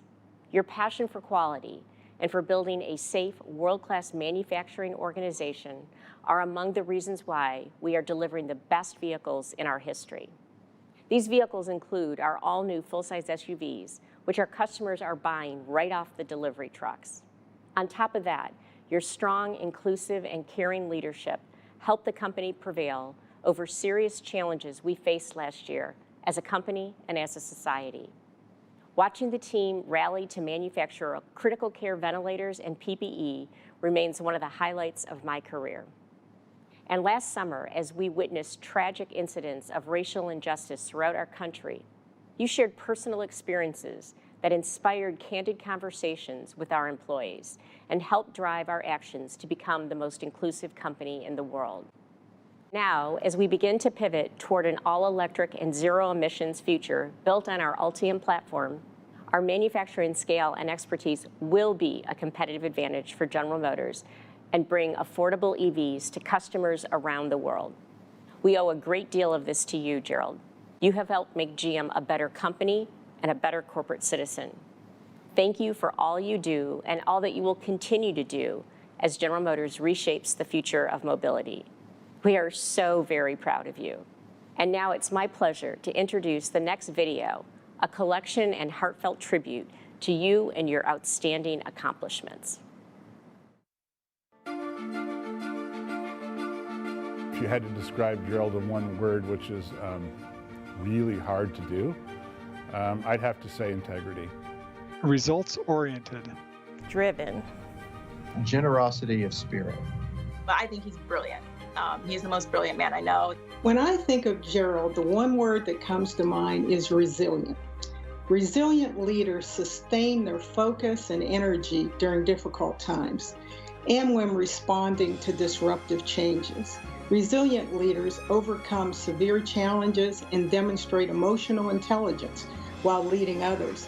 And resilient leaders sustain high performance and recover from adversity quickly and positively. Gerald demonstrates all of those characteristics. It is a much-deserved recognition of his life's work to advance engineering, STEM, and inclusion.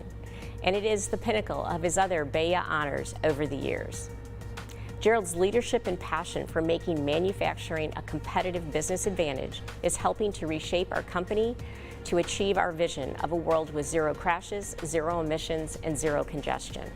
Gerald wears many hats in his role at General Motors, and he is responsible for more than 125,000 employees across the globe.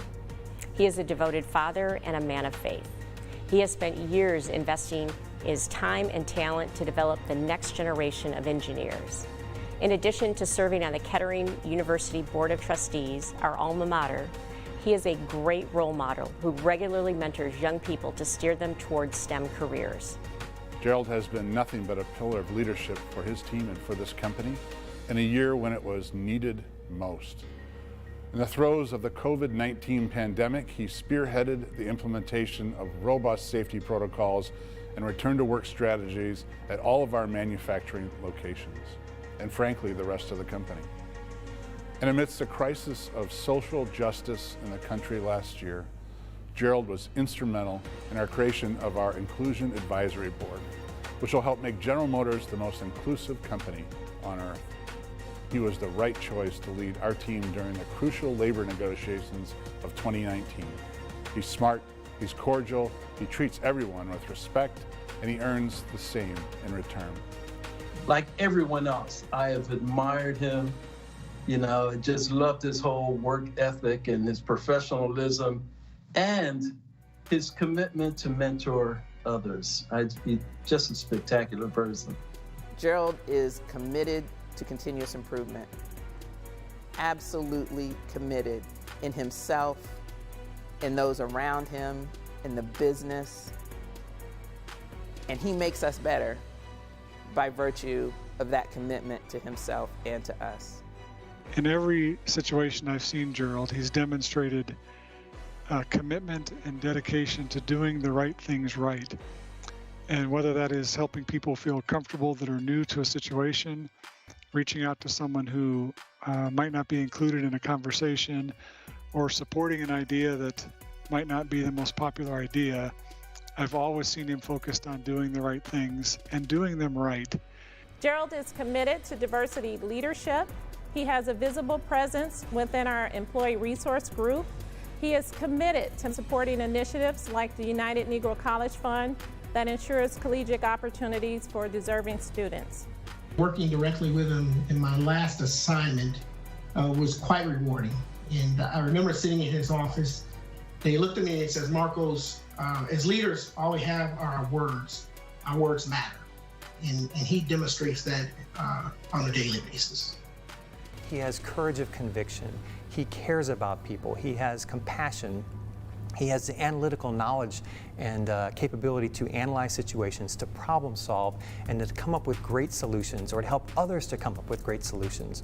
He works together. He listens very well. He has been a tremendous contributor to the university and to our success, and particularly to the success of our students. He's intense. He's a big thinker. He's always thinking outside the box. Some people don't get to see the caring side of Gerald, but I've had the privilege of seeing Gerald with his wife, Lynn, and with their beautiful family.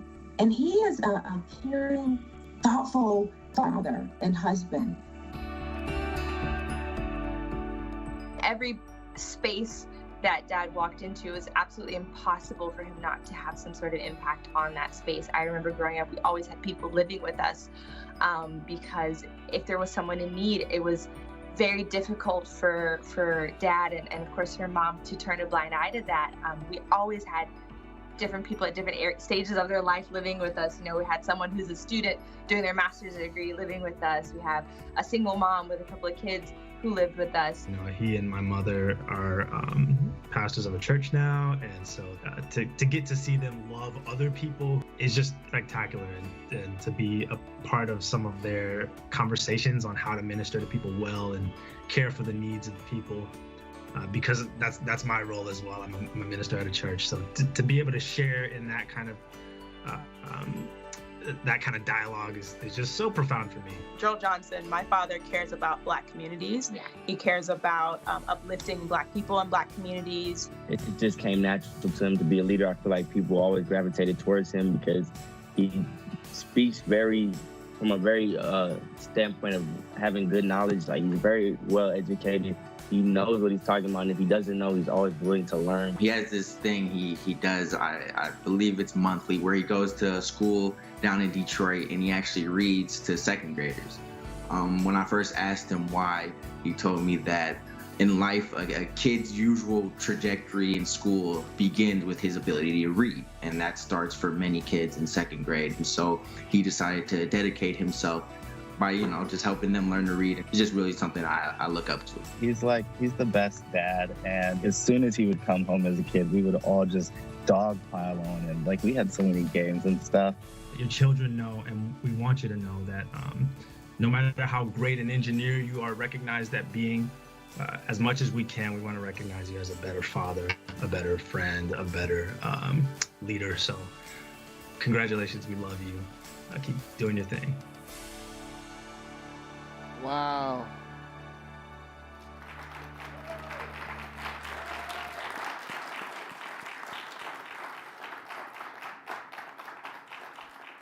Everyone, I wish you could be here right now to see the glow that's on Mr. Johnson's face right now. The surprise that he had when he saw people that he recognized throughout his past and his career, caring career at General Motors. It was just remarkable. When he heard his children talk about him, he was just enamored by that. He was a proud daddy at that point. I tell you, Mr. Johnson, we have even some more surprises for you. We got one coming up right here. Watch this. Hi, everyone. I'm Congresswoman Brenda Lawrence, and I represent Michigan's 14th Congressional District. I want to congratulate you, Gerald Johnson, on being the Distinguished Awardee of the 2021 Black Engineer of the Year. You are one of the world's top automotive engineers and the highest ranking African American within the global automotive industry. You have had a storied career with General Motors, which is headquartered in my district in the city of Detroit. You started as a co-op student at the age of 18, and now you are a distinguished member of the C-suite. As Executive Vice President, you led the company's global manufacturing strategy and portfolio shift toward its all-electric, zero-emissions future. Rising to the demands of 2020, you spearheaded GM's COVID-19 response, positioning the company to mass produce life-saving ventilators and PPEs for essential workers. You also led with passion as the company sought to tackle racial injustice, helping to launch and now serving on GM's recently formed Inclusion Advisory Board. Thank you so much. You are a very diverse man and wear many hats. You are a devoted family man, a minister, a mentor, a friend, and a role model to so many. During Black History Month, and I will say every month, you represent the possibilities for young Black boys living in inner cities who desire to make a difference. And they too have a dream of achieving their greatness by using their skills and their talents and by working hard. I want to say congratulations, Gerald. You are the American dream to so many, and many who have seen a dream deferred, but can look at you and have hope. I want to say to everyone, have an amazing Black History Month. But remember, Black history is American history, and Black history happens every single day. Be safe. I hope to see you all soon. Very, very nice. What a night, what a night. We've seen a lot, we've heard a lot. I know I'm about to cry up here with all these great inspiring stories. However, we are just getting started. Mr. Johnson, are you ready for your next surprise? Because here it goes. Hello, I want to congratulate Mr. Gerald Johnson on a magnificent accomplishment of Black Engineer of the Year. On this momentous occasion, where you are being celebrated and appreciated for your massive accomplishments, your commitment, your ingenuity, your intuitiveness has earned you this massive award. And I am pleased to participate and lend my support in appreciating and acknowledging this magnanimous accomplishment. Congratulations to you, sir, and to all who have come to celebrate you. A most pleasant evening. God bless you.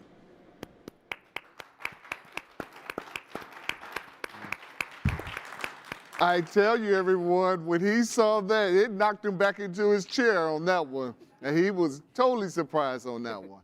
Now, you're talking about chairs.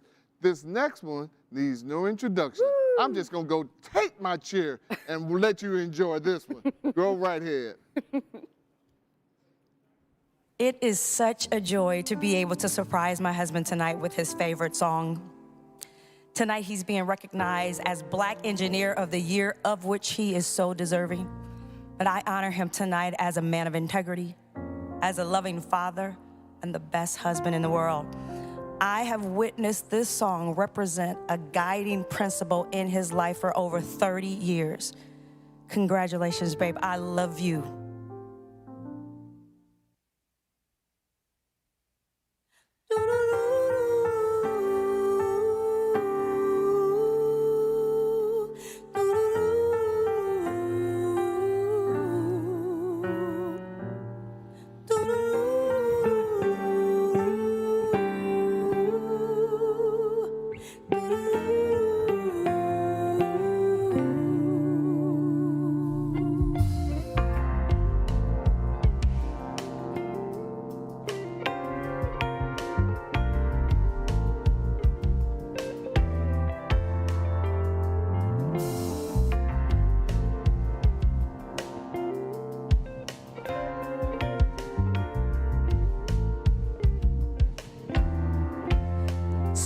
To my heart, Holy Spirit, give me the words that will bring new life. Words on the wings of the morning, the dark nights will fade away. If you speak to my heart, speak to my heart. Holy Spirit, message of love to encourage me lifting my heart from despair. How you love me and care for me. Speak to my heart. Speak to my heart. Holy Spirit, give me the words that will bring new life. Words on the wings of the morning. The dark nights will fade away. If you speak to my heart, speak to my heart. Holy Spirit, message of love to encourage me, lifting my heart from despair. How you love me and care for me. Speak to my heart.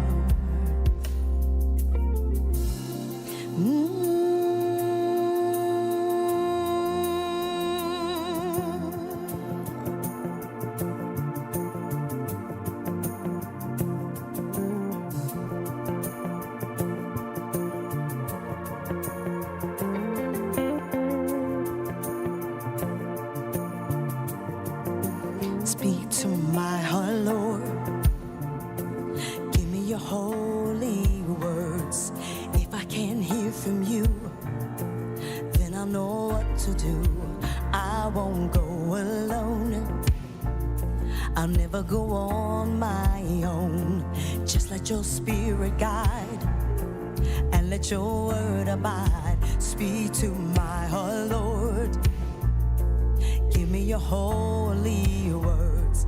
If I can't hear from you, then I know what to do. I won't go alone. No, I'll never go on my own. Just let your spirit guide and let your word abide. Speak to my heart, Lord. Give me your holy words. If I can't hear from you, then I'll know what to do. I won't go alone. I never go on my own. Just let your spirit guide and let your word abide. Speak to my heart, Lord. Give me your holy word. If I can't hear from you, then I know what to do. I won't go alone. No, I never go on my own. Just let your spirit guide and let your word abide. Speak to my heart. Speak to my heart. Speak to my heart. Speak to my heart. Yeah. Woo!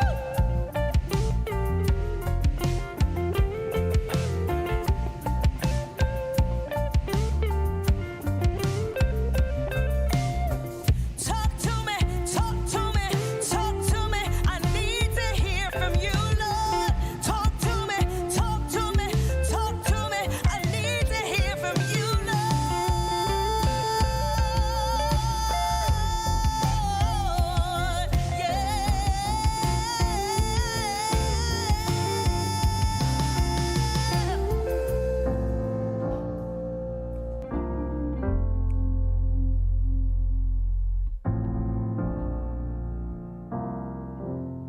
Speak to my heart, Holy Spirit. Give me the words that will bring new life. Oh my goodness. Wow. Not a dry eye in the house. Oh my goodness. What a moment, what a night. Ladies and gentlemen, please welcome to the stage the 2021 Black Engineer of the Year, Gerald Johnson.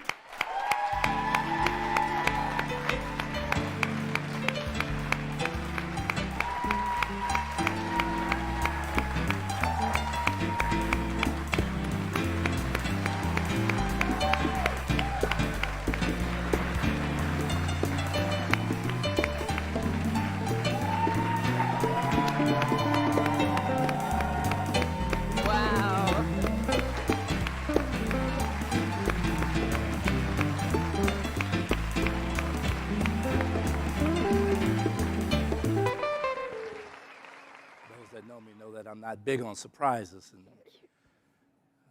you guys just made this really personal, but I appreciate it. Of course, I appreciate everything that everyone's done. Good evening, everyone. I just want to say thank you to everyone who's participated, Mary, for your kind introduction, as well as your leadership and mentorship. Things are certainly much more different this year as COVID-19 has changed our world. We're battling through it, and that's why I'm all the more grateful that we are together tonight, even virtually, celebrating all of the BEYA honorees and their accomplishments. And once again, congratulations to every honoree. You're deserving. The words and memories shared by my friends and family and colleagues in the video destroyed me. And I'm extremely honored, incredibly humbled to accept the award. Thank you to the selection committee and the Council of Engineering Deans of the nation's historically black colleges and universities for this honor. And even more importantly, your continued commitment to STEM education. I wouldn't be standing here today without the love and support of my parents, Richard and Marlene Johnson. And of course, my wife, whose voice you just heard, Lynn. My 7 children, Isaiah, Kyle, Jeremiah, Aaron, Mariah, Elizabeth, and Ashley. And the many mentors, leaders, and friends who helped shape my career. And of course, I want to thank God for pulling me out of foolishness and giving me a second chance by His grace and allowing me to live this life. I grew up on the south side of Cleveland. My father and my mother were my role models. My dad earned a GED and worked his way up to become the first African-American circulation supervisor for the Cleveland Plain Dealer newspaper. My mom, she was a Cleveland school administrator. Both of them shaped my work ethic and my drive to achieve. As it turns out, I was good in math and science. It was noticed by my teachers and school administrators. Because of them, I was offered the choice to change schools throughout my primary and secondary education for my challenging curriculums and accelerated classes. I was a child of school integration. Now, the statistics tell us that a black child from an urban environment will thrive in a school if they have had at least one black teacher between 1st and 6th grade. I was blessed. I had 3. Mrs. Bates in 2nd grade, Mrs. Harrison in 3rd grade, Mrs. Woods in 6th grade, and all of them made a difference in my young life. I remember them because they were absolutely instrumental in challenging me, advocating for me, and refusing to accept anything but my best work. I was blessed. We need to continue to build the ranks of those who advocate for children of color to get the opportunities in STEM-based curriculums. At my parents' urging and with their support, I made the tough decision to leave my friends and familiar surroundings, which led me to a private academy. That's actually not the whole story. I didn't really make the choice. They did. Thank God for parents that know better. Very few people from Cleveland South Side had the chance to attend that school, and as it turned out, I was one of only 6 black children in my class. Looking back, those were big decisions that paved my way forward. As a high school junior, my guidance counselor recommended a career in engineering. Truthfully, I didn't sign up for engineering because I wanted to change the world. I wanted to simply be able to provide for my family. Like many BEYA winners, when you start from meager beginnings, you want to make sure there's a way out. Following high school graduation, General Motors Institute in Flint, Michigan, now known as Kettering University, made me an offer I couldn't refuse. As a co-op student at GMI, I studied manufacturing operations, while alternating school and co-op assignments at GM's Fisher Body plant in Euclid, Ohio. That allowed me to pay for my education and get a leg up on a job at GM. At just 18 years old, I found myself supervising employees my parents' and my grandparents' age. This was an early lesson in leadership for me. Respect everyone. And it was a practical experience on the plant floor that I have carried throughout my career. The pace of work and the immediacy of the results received daily captivated me. It was a continual presentation of problems that needed quick solving, and I fell in love with it. It sold me on a career path, and I've never looked back. Well, maybe once. My first plant manager assignment in Livonia, Michigan, I drove up to the plant the first day, and it was on fire. Literally on fire. So my first day on the job was just that, to put out the fire. Fortunately, no one was injured, and it proved to be an extraordinary lesson in problem solving the unexpected, including communication and leading in crisis, which I added to my personal toolkit. It has helped me many times since, and even especially now during this pandemic, as our GM team urgently developed an intelligent COVID response plan, included developing robust safety protocols and return to work strategies. We worked quickly to shift the company's manufacturing capability to mass produce masks and ventilators. Our goal was to save lives and save livelihoods. I'm proud of Mary and the entire GM team for working hard to do just that, save lives and livelihoods. In the midst of the pandemic, our country had an awakening caused by the murder of George Floyd. Again, the GM leadership team leaned in to help transform the collective conscience in ways that changed the narrative through our words, our deeds, and our culture.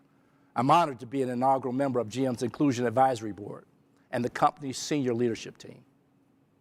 The saying is true, crisis reveals character. And I'm proud to work for a company that has character. Never been at a loss for adventure, both professionally or personally. As I mentioned before, I have 7 children, 3 girls, 4 boys. My wife, Lynn, and our children are the heart and soul of my life, my journey. We've been together every step of the way. Over 4 decades, we relocated 11 times as I pursued positions of increasing responsibility in manufacturing at General Motors.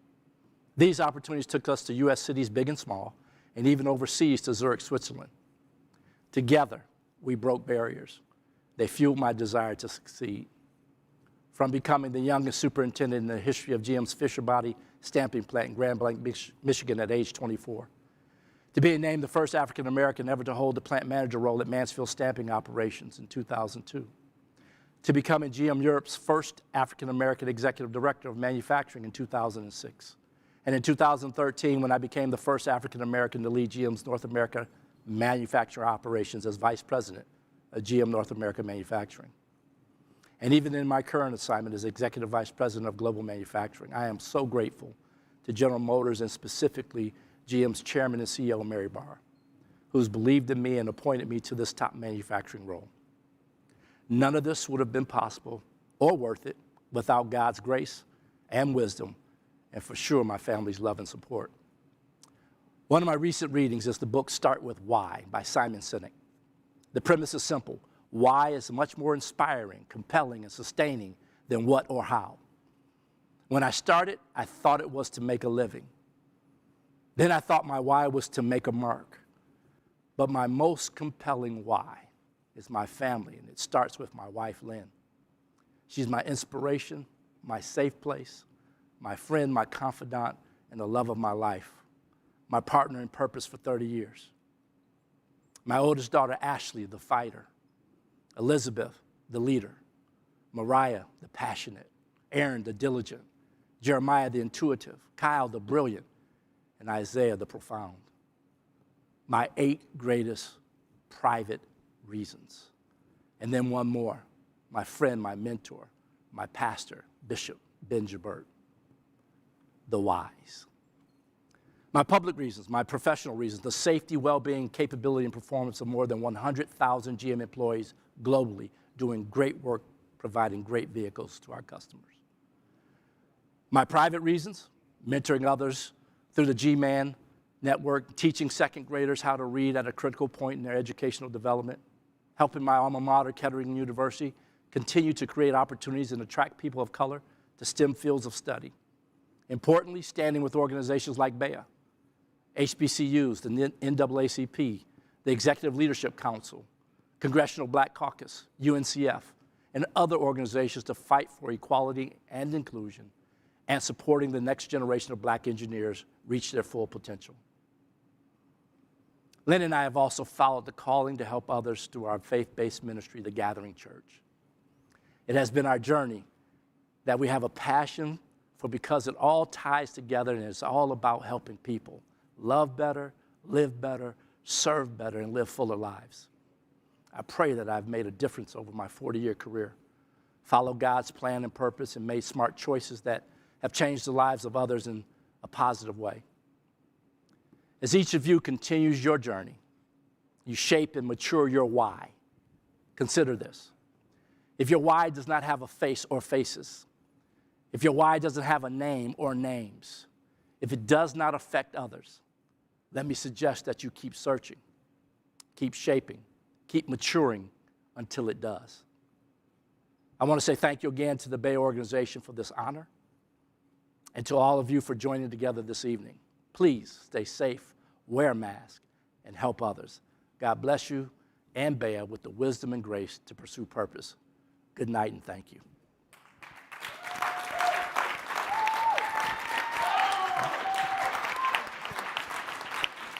Wow. I tell you, that was just remarkable.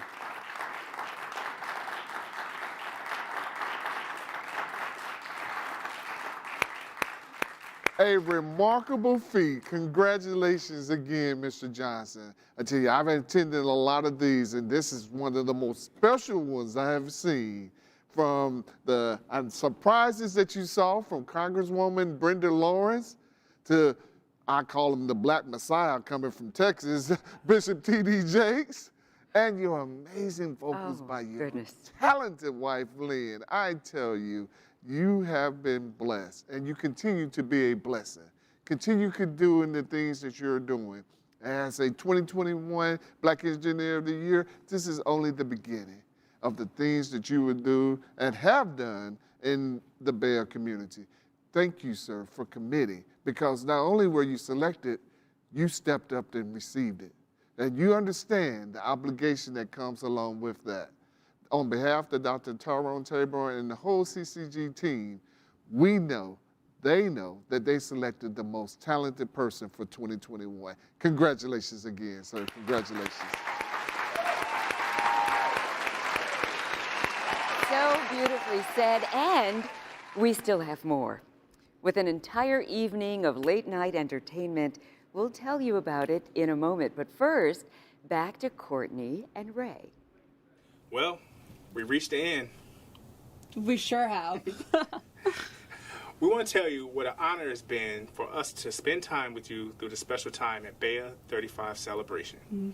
You know what I just thought about, Court? What? BEYA is older than both you and I. It's been around for a long time, y'all. Yeah, it has.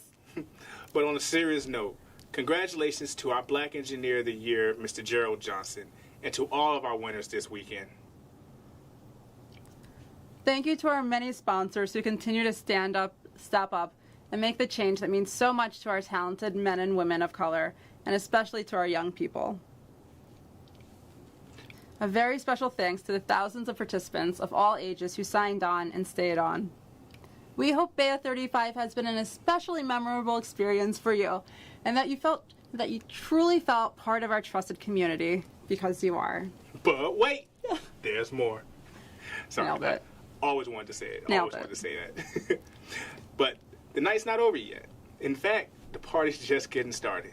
So stay tuned and head over to the BEYA Stimulating Lounge, where we have a great lineup of entertainment, DJs, music. You don't want to miss a single minute at the BEYA 35 after party. I'm heading over there now, Courtney. You coming? Oh my gosh, of course.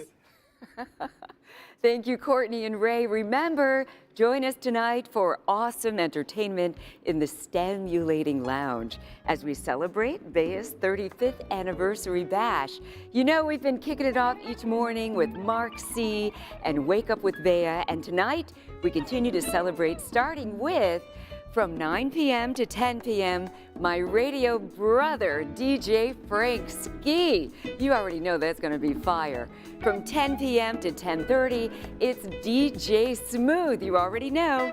And from 10:30 to 11:30, The Quiet Storm. In fact, you've been hearing them all night, and they are amazing.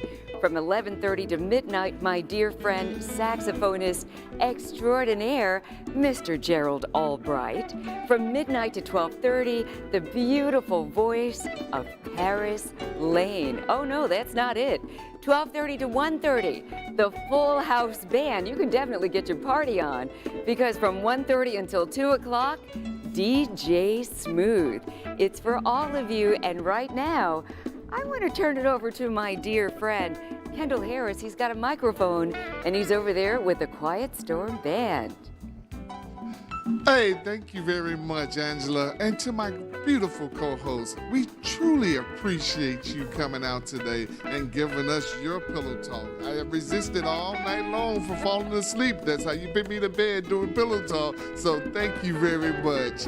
Now, I tell you guys, we have the Quiet Storm Trio. They're gonna take us out and they're gonna jam with us. You know, I was coming over here because I was gonna give you guys a little Al Green, but they said, no,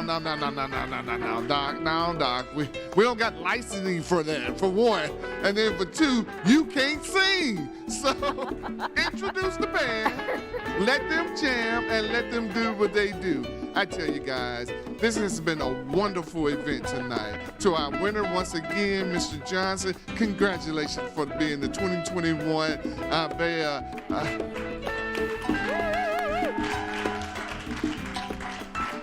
You, as our Engineer of the Year, will represent us, and I know you will.